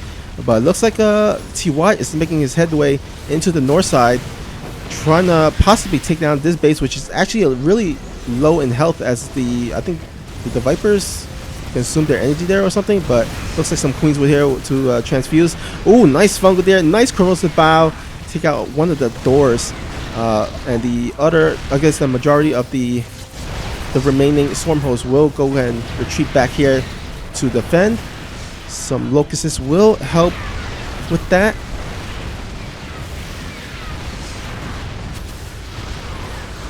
Alright, looking good there for Scarlett. But some reinforcing mech army coming for TY. Oh, it's going to be a close one, Gorgonoth. Yeah, Corruptor's just shutting down the Liberators who are trying to set up. There's a lot of tanks here. He is losing a lot of the Corruptors to the Thors. Tanks sieging up. They're going to try to just put the hurt on that hatchery. But the Infestors are here getting some nice work. And man, this is actually just a really back and forth fight right now. I think in the end, though, the Bank of Scarlett will fail, because TY is really extended right now. And Scarlett can just queue up lings and send them all across the map and roaches, and for much longer than TY can. Yeah, but there's just so many bases going down and a bunch of drones going down to those 2 doors. Those 2 doors are huge. They took down the hatchery, as well as still getting a bunch of drones, those transferring drones. Scarlett trying to at least take down this planetary with these corruptors, but mass repairs. And I think with these roaches, we'll be able to finally clean them up. But oh my god, at what cost? I mean, 44 drones going down for Scarlett. And this is looking to swing into TY's favor. Yeah, he definitely has certainly a supply lead, and Scarlett's starting to remax here, starting to her bank finally. But TY has been trading really cost effectively the past few minutes, and it's starting to show here. Yeah, I mean, Scarlett's like down to like 3 bases. She has a lot of minerals, still a decent amount of bank, but she's definitely need to start getting more bases. But I think her real worry here is defending this scary mech army. She's only have a bunch of Ravagers. I'm not sure where the rest of her units have gone through to. She's basically her swarm host numbers have been taken out, and she's only down to 3 swarm hosts, 13 swarm hosts on the production tab though, so that's gonna eat up the majority of her bank. But is 13 more swarm hosts enough to defend against this mech army? We shall see. More Liberators in here will be sieging up, and oh my god, those doors are just so beefy. Yeah, TY here just muscling through, and I think, yeah, the Bank of Scarlett is gone. That quickly, TY, the power of mech, prevailed, and GG, a long, hard-fought game. TY will win game number 1 of the ace match. Wow, what an incredible 24-minute game there. So much back and forth, and if this is the first game, so this is an indication of how the rest of the series will go. That is going to be pretty bonkers. Yes, I am starting to get pretty tired.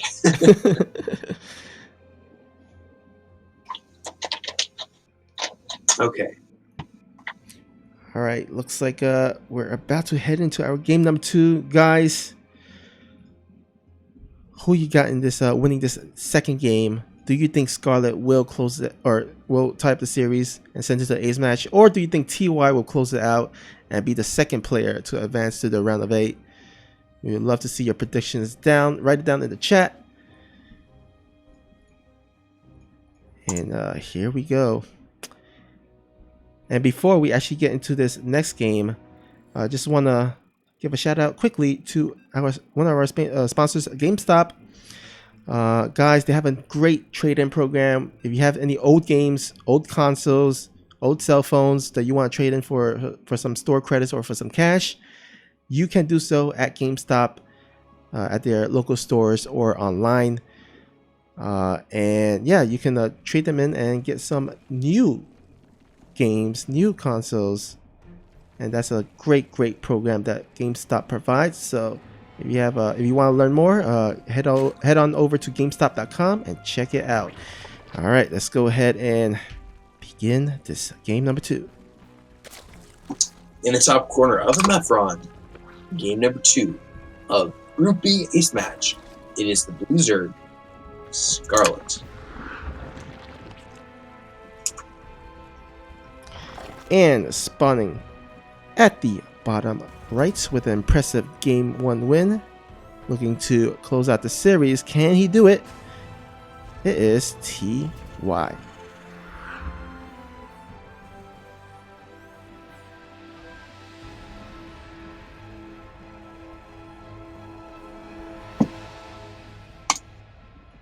All right, TY made use of mech on that game, and I liked it a lot. It was interesting because I am a little bit out of it, but it is, you could see in that game that mech was cost effective throughout that game. And even though Scarlett had a massive bank, she wasn't able to produce enough, get the right army combination to beat it. It just continued to take extremely cost effective trades throughout the game and wasn't really able to be stopped.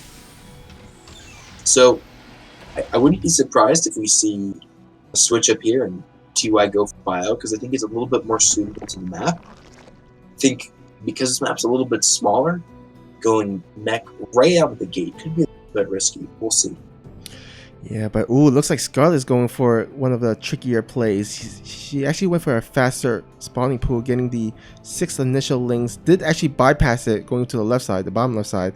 So it won't be scattered by TY until the last second. And TY is going to go ahead and run this Reaper. Oh, actually nice pullback there. I think with the hatchery timing, maybe TY kind of suspect of the Ling play, and a nice cash there.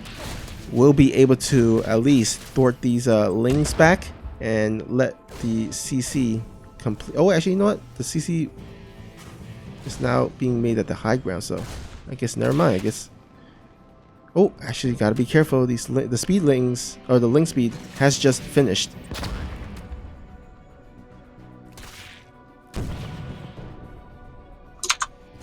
Yeah, nice hold so far from TY here. Gonna get the lift,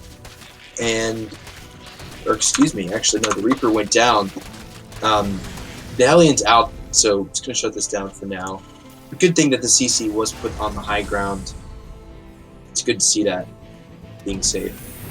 Yeah, and it looks like TY is kind of anticipating either a Roach follow-up or some Baneling follow-up, because he's getting extra safety behind with a bunker, which unfortunately for him is actually not needed because there's actually no follow-up to this.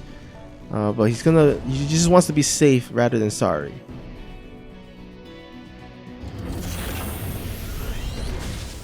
I'm going to see a switch here, and more Hellions get produced. And the tech lab on the starport going down as well. So, see if we have the the battle cruiser transition out of this. seems most likely. And okay, looks like we're gonna see Banshees this time instead. I think pretty strong also.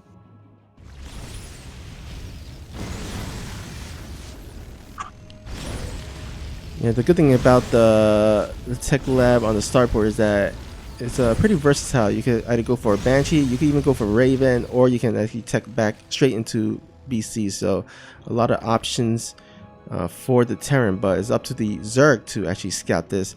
Unfortunately for Scarlett, she only has one Overlord at the north side of the Natural, none near the main base, so it will go unscouted. It's going to be up to Scarlett to at least spread her overlords or run around with get some vision with the Lings and spot the Banshees beforehand. Oh, but one of the Lings actually misses the initial Banshee, so unfortunate for Scarlett, although she does have some nice overlord spread, so at least we'll be able to give her a few seconds to prepare.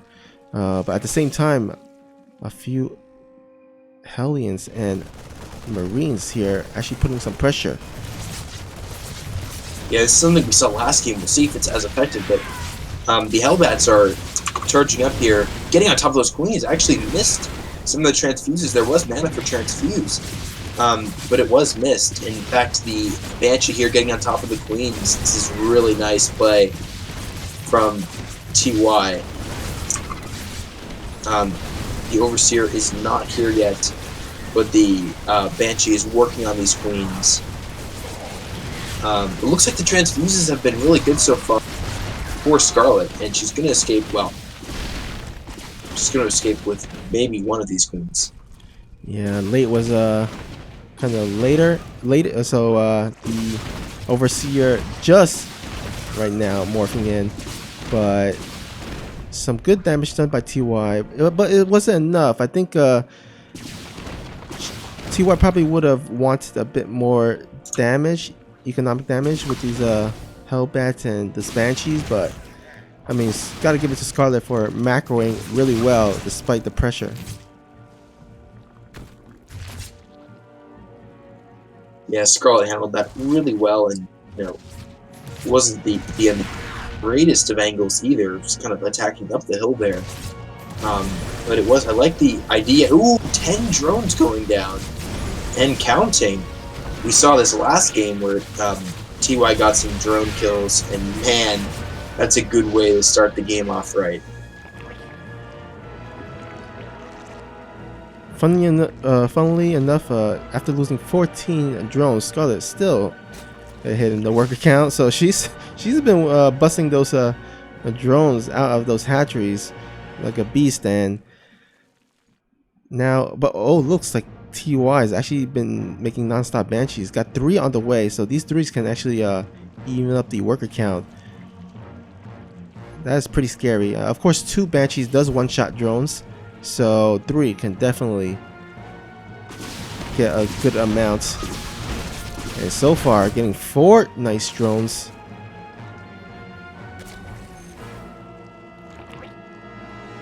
Yeah, those Banshees will have good utilities, continuing to produce the Banshees as well. Got the Suros upgrade for them as well. Oh, actually, I think this hatchery can be cancelled by these Banshees if TY focuses on it. The creep hasn't really extended, so it's going to take a few seconds for these queens to get on top of these Banshees. Oh man, another Banshee joining up. Ooh, no cancel, I don't think. Oh, and look at that, Banshee speed just finished. So these Banshees are going to be quite annoying for Scarlett. She's going to have to make sure that her queens are positioned in the correct spots to defend. But nice little counter attack by Scarlett, but won't be able to do much. Get 1 Hellion. Will get a little SCV? Nope. Only 1 Hellion.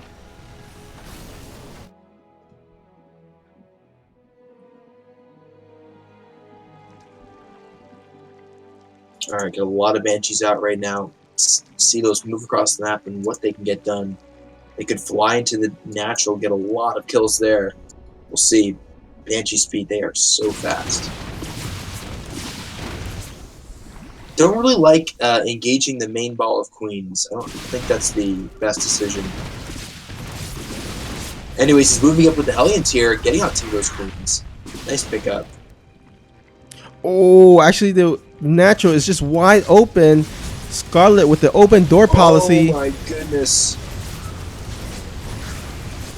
15 drones and counting. Scarlett just lost about 20 drones, and the Banshees are still on the loose. Where are they?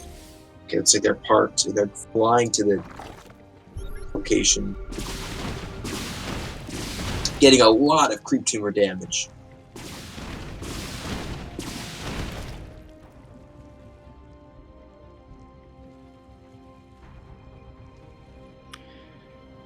Oh man, a lot of damage suffered there by Scarlett. She has finally stabilized somewhat. But still, those threat of the Banshee, the speed Banshees, are out there.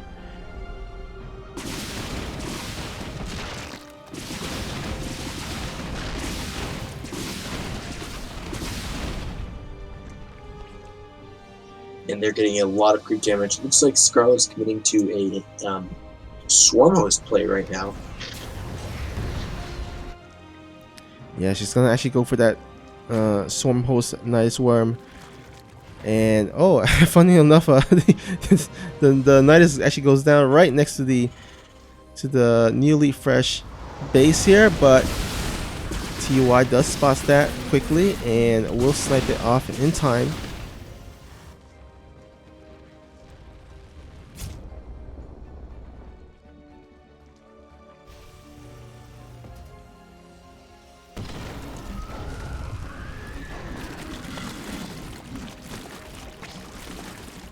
Alright, another Nidus worm here at the north side.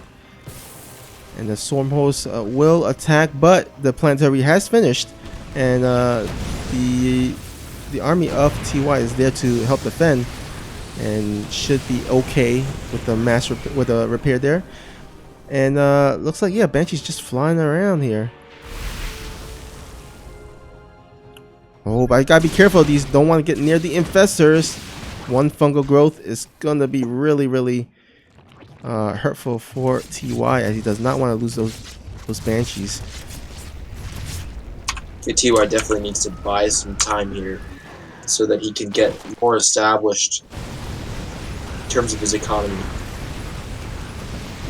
TY really does not want to be fighting in that position. That's going to end badly for him. Most definitely. The Cloak Banshee's coming in here, though. Getting some nice damage. See if they get funk. Oh, yeah, but that's the thing, is that you're fighting up a hill, bro. TY. Okay, let's see if he's stabilizing. He took some heavy losses there for sure. Yeah, but those Banshees are just added so much damage to that during that attack. And oh, nice fungo there. He clumped up the Banshees. Does he have enough fungo though? Oh, just barely enough fungo to clean up the rest, but does get the majority of the Banshees. Only 2 left. And with these swarm hosts, locusts, I think that should be able to finally clean up this mech army of TY.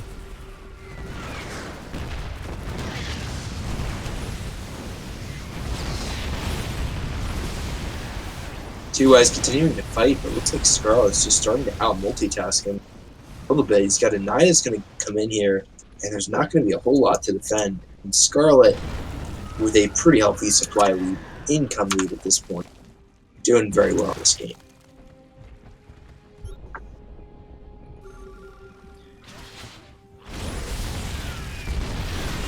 Alright, Roach is possibly coming down, but it's just a good amount of siege tank, as well as the nice siege tank spread. But these locusts, I think this will be his cue to go in and start raining corrosive battles on these tanks. And this is possibly might be able to break TY, although a lot of the Ravagers and Roaches are getting gunned down. Oh, and just barely TY is able to hold. Yeah, but TY is taking big losses. and he's not able to produce his reinforce his army the way Scarlett is. He's down economically. The thing is, the mech army is quite flimsy right now, and the thing is, it's so difficult to fight this position where his base is at right now. It's so hard to push across and really attack if you're fighting uphill both ways. Yeah, and I really don't like this TY tank spread. I mean, some of them are really clumped up. Oh, and these Liberators also clumped us as well, taking a good amount of damage from those corrosive biles.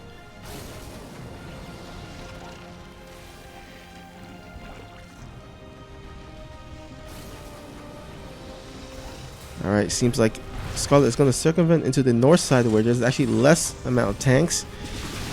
But TY scaring him a bit up the ramp will force him back to the left side.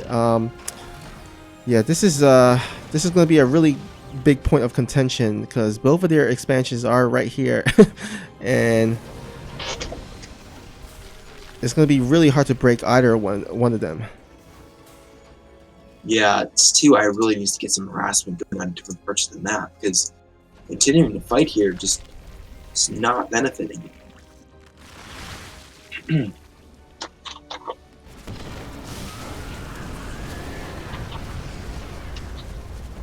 Alright, he's trying to make an attempt here. He's moving up with tanks and getting Liberation Zone started. He's have to dodge just so many vials. Oh, the fungals are so good.